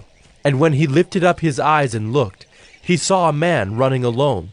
The watchman called out and told the king. And the king said, If he is alone, there is news in his mouth. And he drew nearer and nearer. The watchman saw another man running, and the watchman called to the gate and said, "See, another man running alone." The king said, "He also brings news." The watchman said, "I think the running of the first is like the running of Ahimaaz, the son of Zadok." And the king said, "He is a good man and comes with good news." Then Ahimaaz cried out to the king, "All is well." And he bowed before the king with his face to the earth, and said, "Blessed be the Lord your God, who has delivered up the men who raised their hand against my lord the king." And the king said, "Is it well with the young man Absalom?" Ahimaaz answered, "When Joab sent the king's servant, your servant, I saw a great commotion, but I do not know what it was." And the king said, "Turn aside and stand here." So he turned aside and stood still. And behold, the Cushite came, and the Cushite said, "Good news for my lord the king, for the Lord has delivered you this day from the hand of all who rose up against you." The king said to the Cushite, "Is it well with the young man Absalom?" And the Cushite answered, "May the enemies of my lord the king and all who rise up against you for evil be like that young man." And the king was deeply moved, and went up to the chamber over the gate, and wept. And as he went, he said, "Oh, my son Absalom, my son Absalom! Would I had died instead of you, O Absalom! My son, my son!"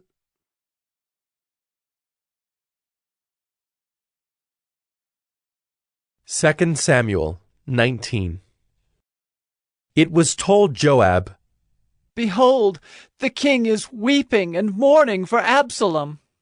So the victory that day was turned into mourning for all the people, for the people heard that day, "The king is grieving for his son." And the people stole into the city that day, as people steal in who are ashamed when they flee in battle. The king covered his face, and the king cried with a loud voice, "Oh, my son Absalom! Oh, Absalom! My son! My son!" Then Joab came into the house to the king and said, "You have today covered with shame the faces of all your servants, who have this day saved your life, and the lives of your sons and your daughters, and the lives of your wives and your concubines, because you love those who hate you, and hate those who love you. For you have made it clear today that commanders and servants are nothing to you. For today I know that if Absalom were alive, and all of us were dead today, then you would be pleased. Now therefore arise, go out and speak kindly to your servants, for I swear by the Lord, if you do not go, not a man will stay with you this night, and this will be worse for you than all the evil that has come upon you from your youth until now." Then the king arose and took his seat in the gate, and the people were all told, "Behold, the king is sitting in the gate." And all the people came before the king. Now Israel had fled every man to his own home. And all the people were arguing throughout all the tribes of Israel, saying, "The king delivered us from the hand of our enemies, and saved us from the hand of the Philistines. And now he has fled out of the land from Absalom. But Absalom, whom we anointed over us, is dead in battle. Now, therefore, why do you say nothing about bringing the king back?"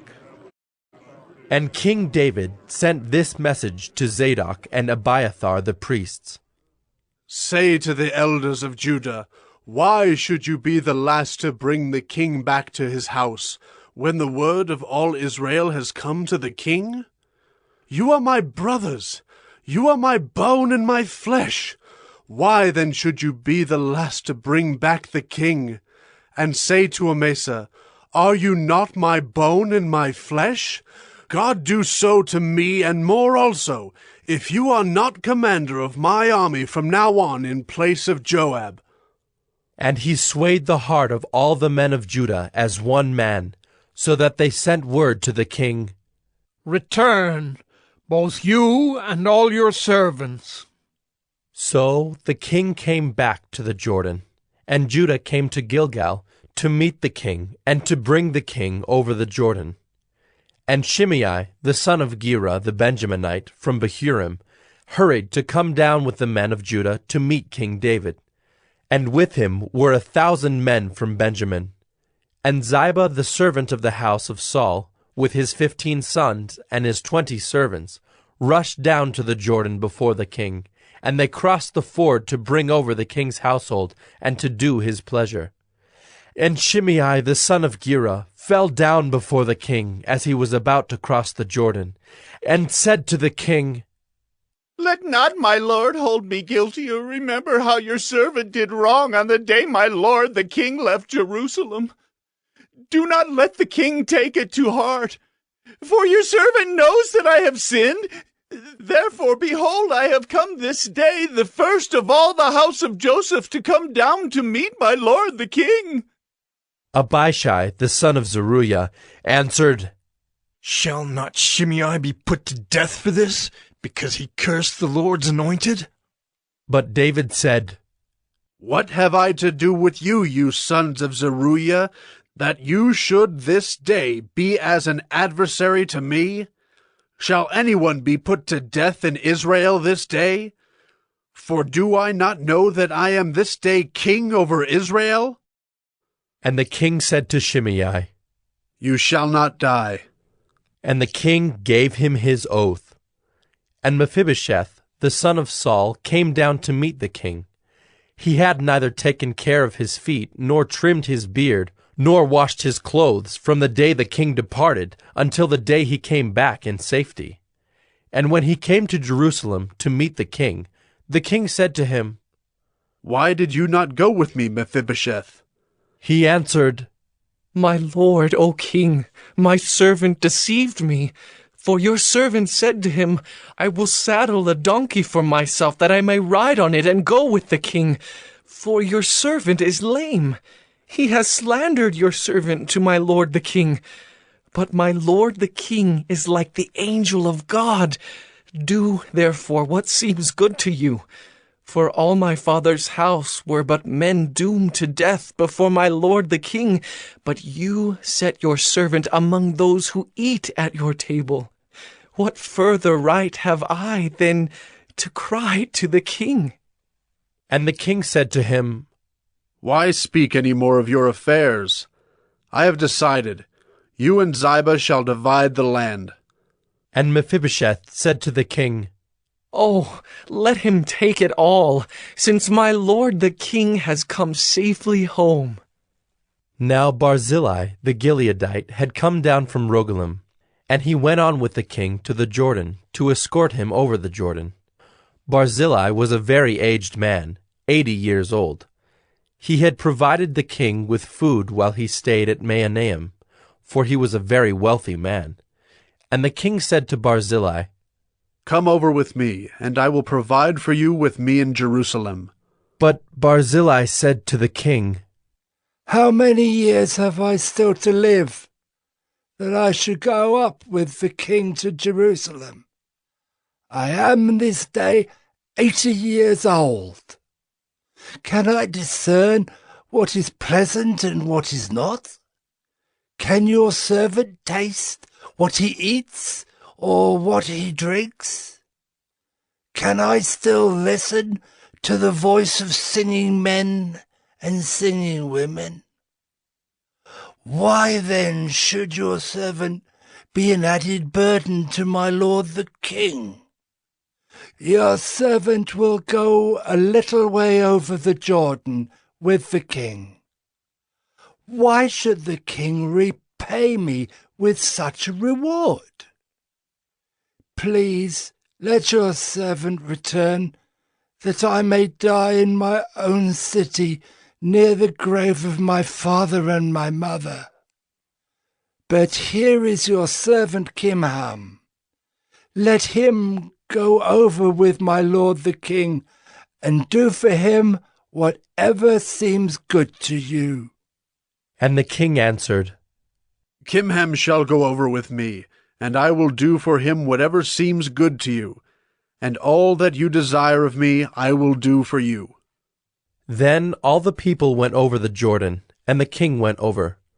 And the king kissed Barzillai and blessed him, and he returned to his own home.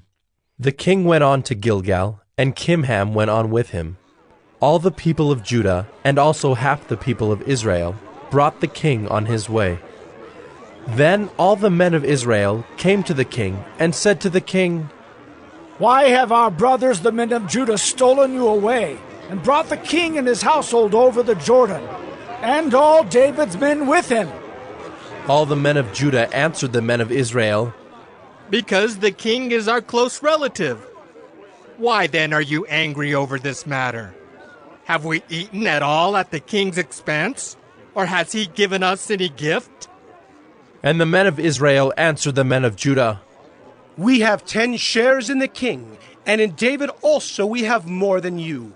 Why then did you despise us? Were we not the first to speak of bringing back our king? But the words of the men of Judah were fiercer than the words of the men of Israel.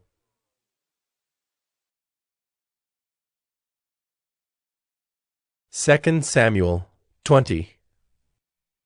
Now there happened to be there a worthless man, whose name was Sheba, the son of Bichri, a Benjaminite. And he blew the trumpet and said, We have no portion in David, and we have no inheritance in the son of Jesse. Every man to his tents, O Israel! So all the men of Israel withdrew from David and followed Sheba the son of Bichri. But the men of Judah followed their king steadfastly from the Jordan to Jerusalem. And David came to his house at Jerusalem. And the king took the 10 concubines whom he had left to care for the house, and put them in a house under guard, and provided for them, but did not go into them. So they were shut up until the day of their death, living as if in widowhood. Then the king said to Amasa, Call the men of Judah together to me within 3 days, and be here yourself. So Amasa went to summon Judah, but he delayed beyond the set time that had been appointed him. And David said to Abishai, Now Sheba the son of Bichri will do us more harm than Absalom. Take your lord's servants and pursue him, lest he get himself to fortified cities and escape from us. And there went out after him Joab's men, and the Kerethites and the Pelethites, and all the mighty men. They went out from Jerusalem to pursue Sheba the son of Bichri. When they were at the great stone that is in Gibeon, Amasa came to meet them. Now Joab was wearing a soldier's garment, and over it was a belt with a sword in its sheath, fastened on his thigh. And as he went forward, it fell out. And Joab said to Amasa, Is it well with you, my brother? And Joab took Amasa by the beard with his right hand to kiss him. But Amasa did not observe the sword that was in Joab's hand. So Joab struck him with it in the stomach, and spilled his entrails to the ground without striking a second blow, and he died. Then Joab and Abishai his brother pursued Sheba the son of Bichri. And one of Joab's young men took his stand by Amasa and said, Whoever favors Joab, and whoever is for David, let him follow Joab. And Amasa lay wallowing in his blood in the highway. And anyone who came by, seeing him, stopped. And when the man saw that all the people stopped, he carried Amasa out of the highway into the field and threw a garment over him. When he was taken out of the highway, all the people went on after Joab to pursue Sheba the son of Bichri. And Sheba passed through all the tribes of Israel to Abel of Beth-maachah, and all the Bichrites assembled and followed him in. And all the men who were with Joab came and besieged him in Abel of Beth-maachah. They cast up a mound against the city, and it stood against the rampart, and they were battering the wall to throw it down. Then a wise woman called from the city, Listen! Listen! Tell Joab, come here that I may speak to you. And he came near her. And the woman said, Are you Joab? He answered, I am. Then she said to him, Listen to the words of your servant. And he answered, I am listening. Then she said, They used to say in former times, Let them but ask counsel at Abel. And so they settled a matter. I am one of those who are peaceable and faithful in Israel. You seek to destroy a city that is a mother in Israel. Why will you swallow up the heritage of the Lord? Joab answered, Far be it from me, far be it that I should swallow up or destroy. That is not true. But a man of the hill country of Ephraim, called Sheba the son of Bichri, has lifted up his hand against King David. Give up him alone, and I will withdraw from the city. And the woman said to Joab, Behold, his head shall be thrown to you over the wall. Then the woman went to all the people in her wisdom, and they cut off the head of Sheba the son of Bichri, and threw it out to Joab. So he blew the trumpet, and they dispersed from the city, every man to his home. And Joab returned to Jerusalem to the king. Now Joab was in command of all the army of Israel, and Benaiah the son of Jehoiada was in command of the Kerethites and the Pelethites, and Adoram was in charge of the forced labor, and Jehoshaphat the son of Ahilud was the recorder, and Sheva was secretary, and Zadok and Abiathar were priests, and Ira the Jairite was also David's priest.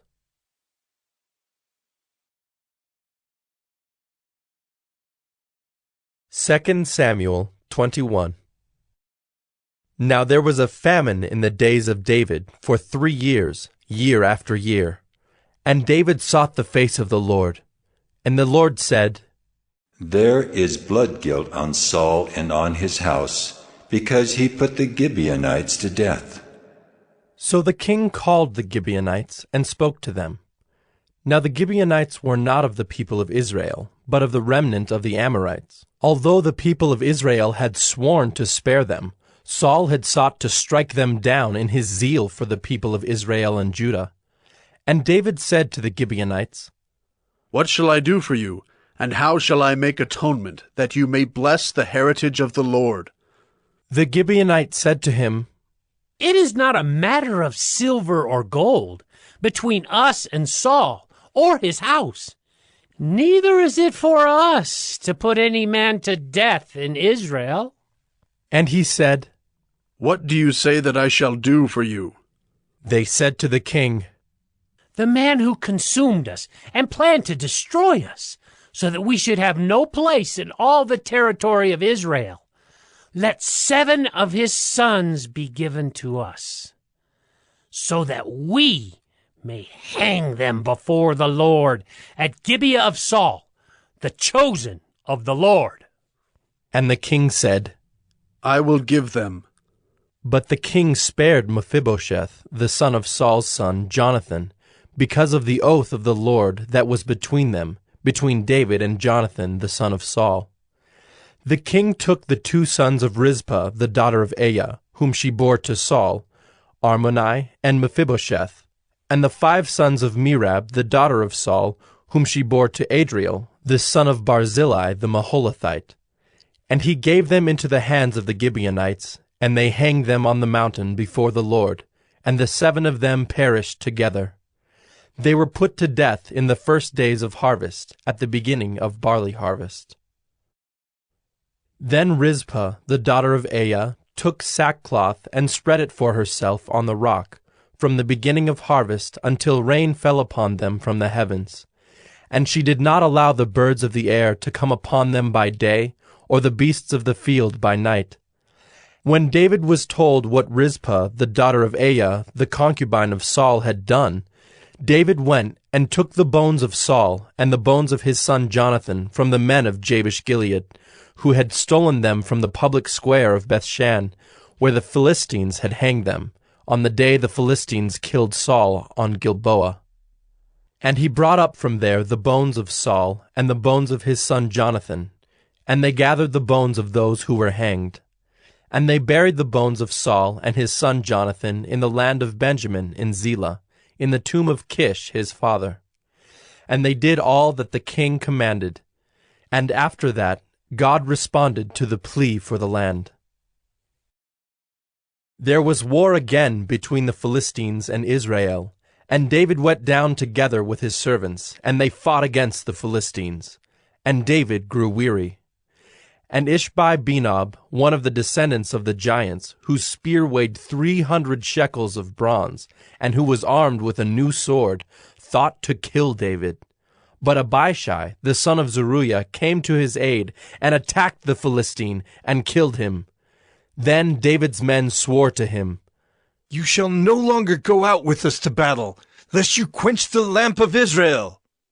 After this, there was again war with the Philistines at Gob. Then Sibbecai, the Hushathite, struck down Saph, who was one of the descendants of the giants. And there was again war with the Philistines at Gob, and Elhanan, the son of Jaare-Oregim, the Bethlehemite, struck down Goliath the Gittite, the shaft of whose spear was like a weaver's beam. And there was again war at Gath, where there was a man of great stature, who had 6 fingers on each hand, and 6 toes on each foot, 24 in number. And he also was descended from the giants. And when he taunted Israel, Jonathan, the son of Shimei, David's brother, struck him down. These 4 were descended from the giants in Gath, and they fell by the hand of David and by the hand of his servants.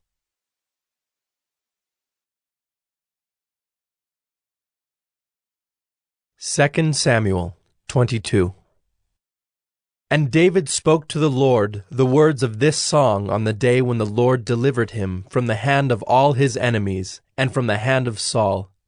He said, "The Lord is my rock and my fortress and my deliverer, my God, my rock in whom I take refuge, my shield and the horn of my salvation, my stronghold and my refuge, my Savior.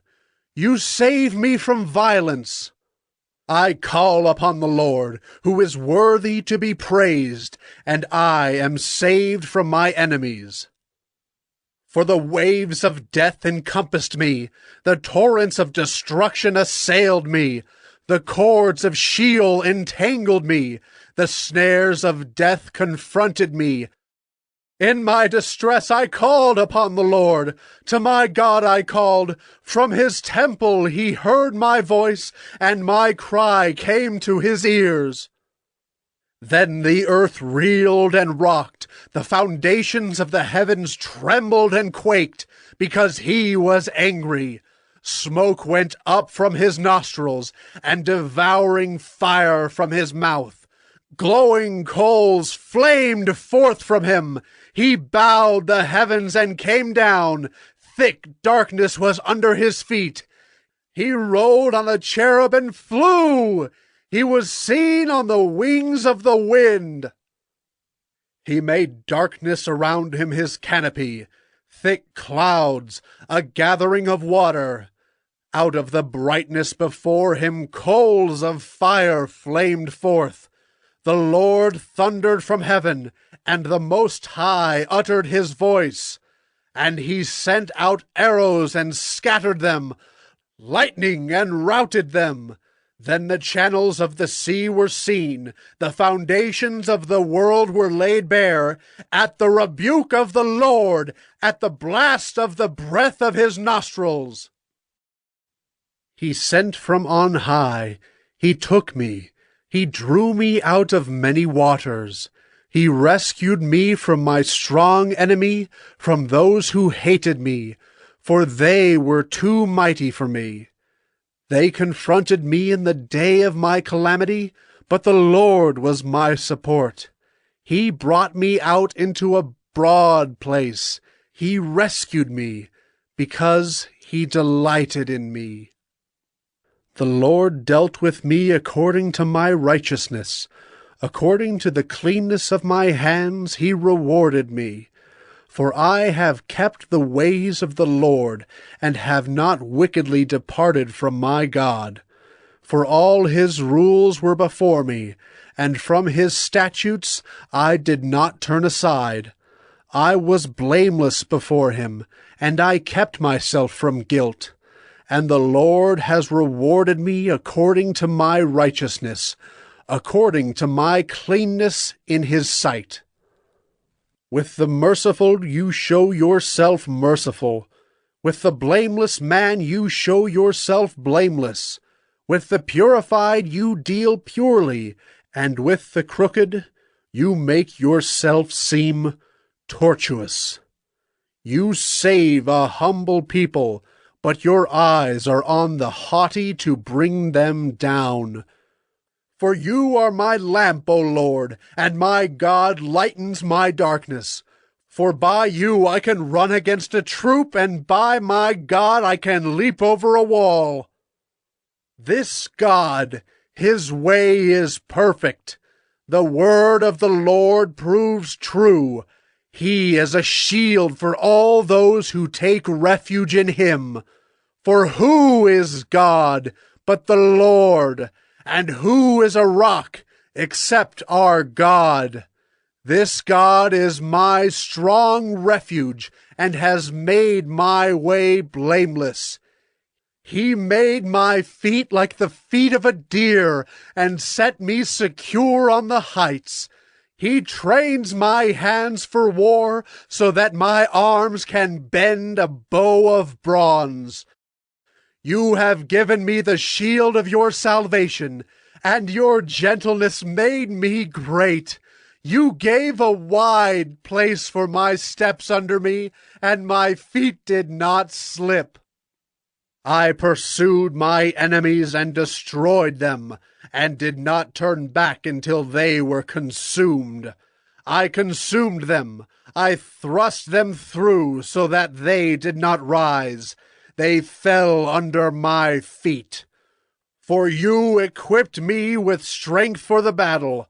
You made those who rise against me sink under me. You made my enemies turn their backs to me, those who hated me, and I destroyed them. They looked, but there was none to save. They cried to the Lord, but he did not answer them. I beat them fine as the dust of the earth. I crushed them and stamped them down like the mire of the streets. You delivered me from strife with my people. You kept me as the head of the nations. People whom I had not known served me. Foreigners came cringing to me. As soon as they heard of me, they obeyed me. Foreigners lost heart and came trembling out of their fortresses. The Lord lives, and blessed be my rock, and exalted be my God, the rock of my salvation, the God who gave me vengeance and brought down peoples under me, who brought me out from my enemies. You exalted me above those who rose against me. You delivered me from men of violence. For this I will praise you, O Lord, among the nations, and sing praises to your name. Great salvation he brings to his king, and shows steadfast love to his anointed, to David and his offspring forever.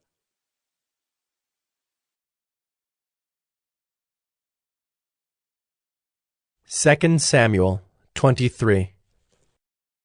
Now these are the last words of David, the oracle of David, the son of Jesse, the oracle of the man who was raised on high, the anointed of the God of Jacob, the sweet psalmist of Israel. The Spirit of the Lord speaks by me. His word is on my tongue. The God of Israel has spoken.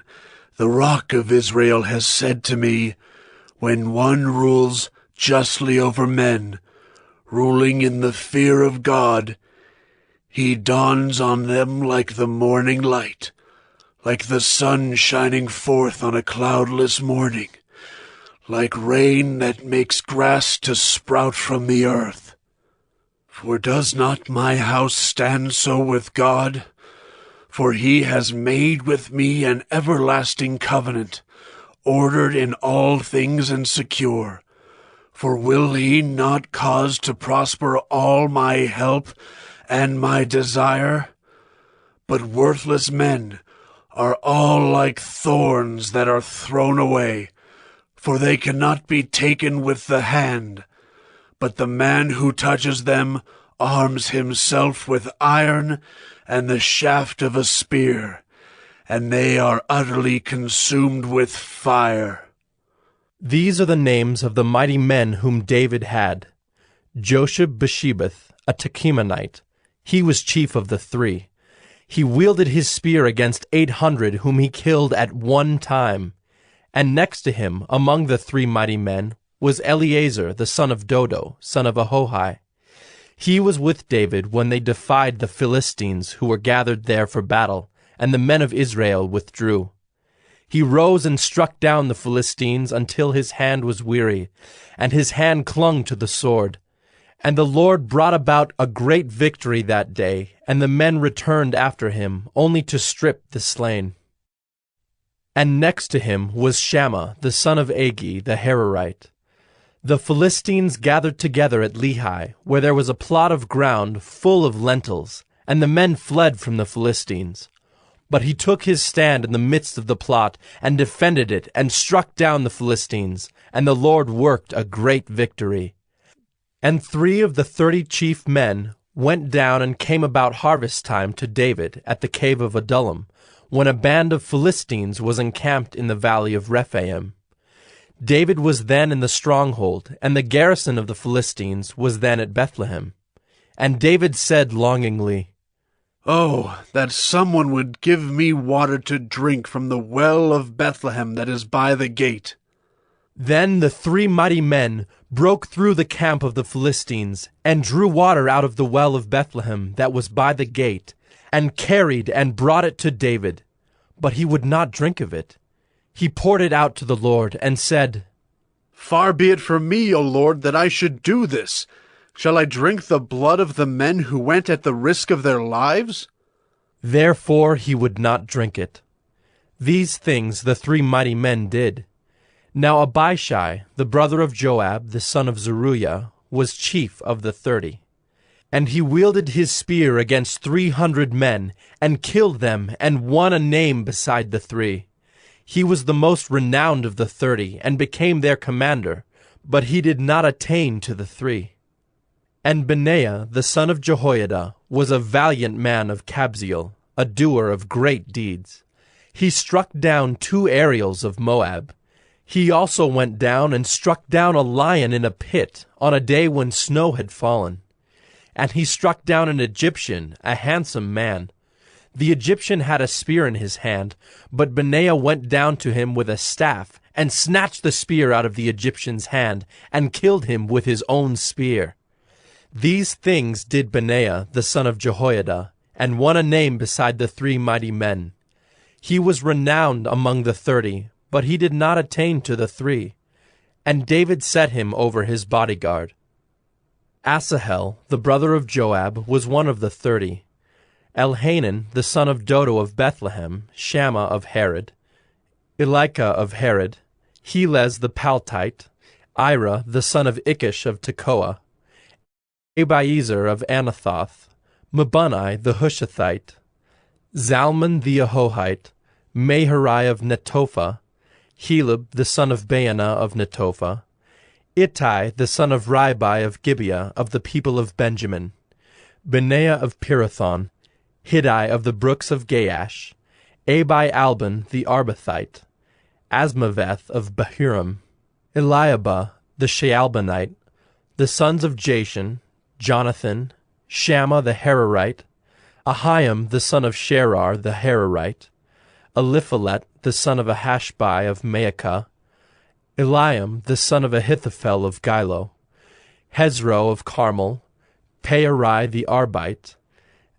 Igal the son of Nathan of Zobah, Bani the Gadite, Zelek the Ammonite, Naharai of Beeroth, the armor-bearer of Joab the son of Zeruiah, Ira the Ithrite, Gareb the Ithrite, Uriah the Hittite, 37 in all.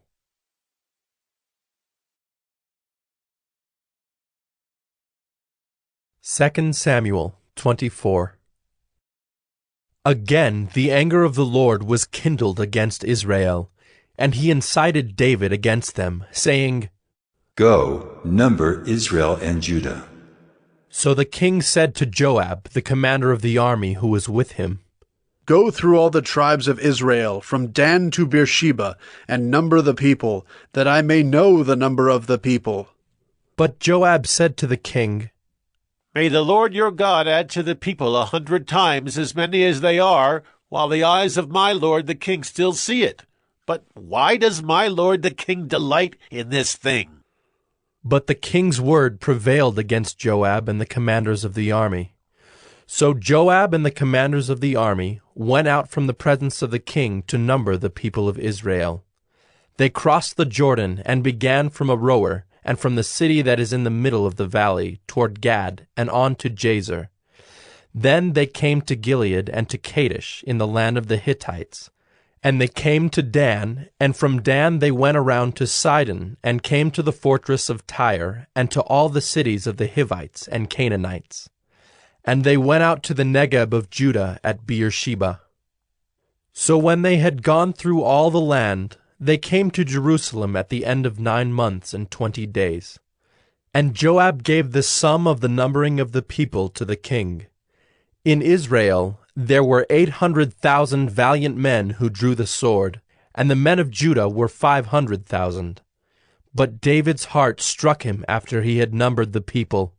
And David said to the Lord, I have sinned greatly in what I have done. But now, O Lord, please take away the iniquity of your servant, for I have done very foolishly.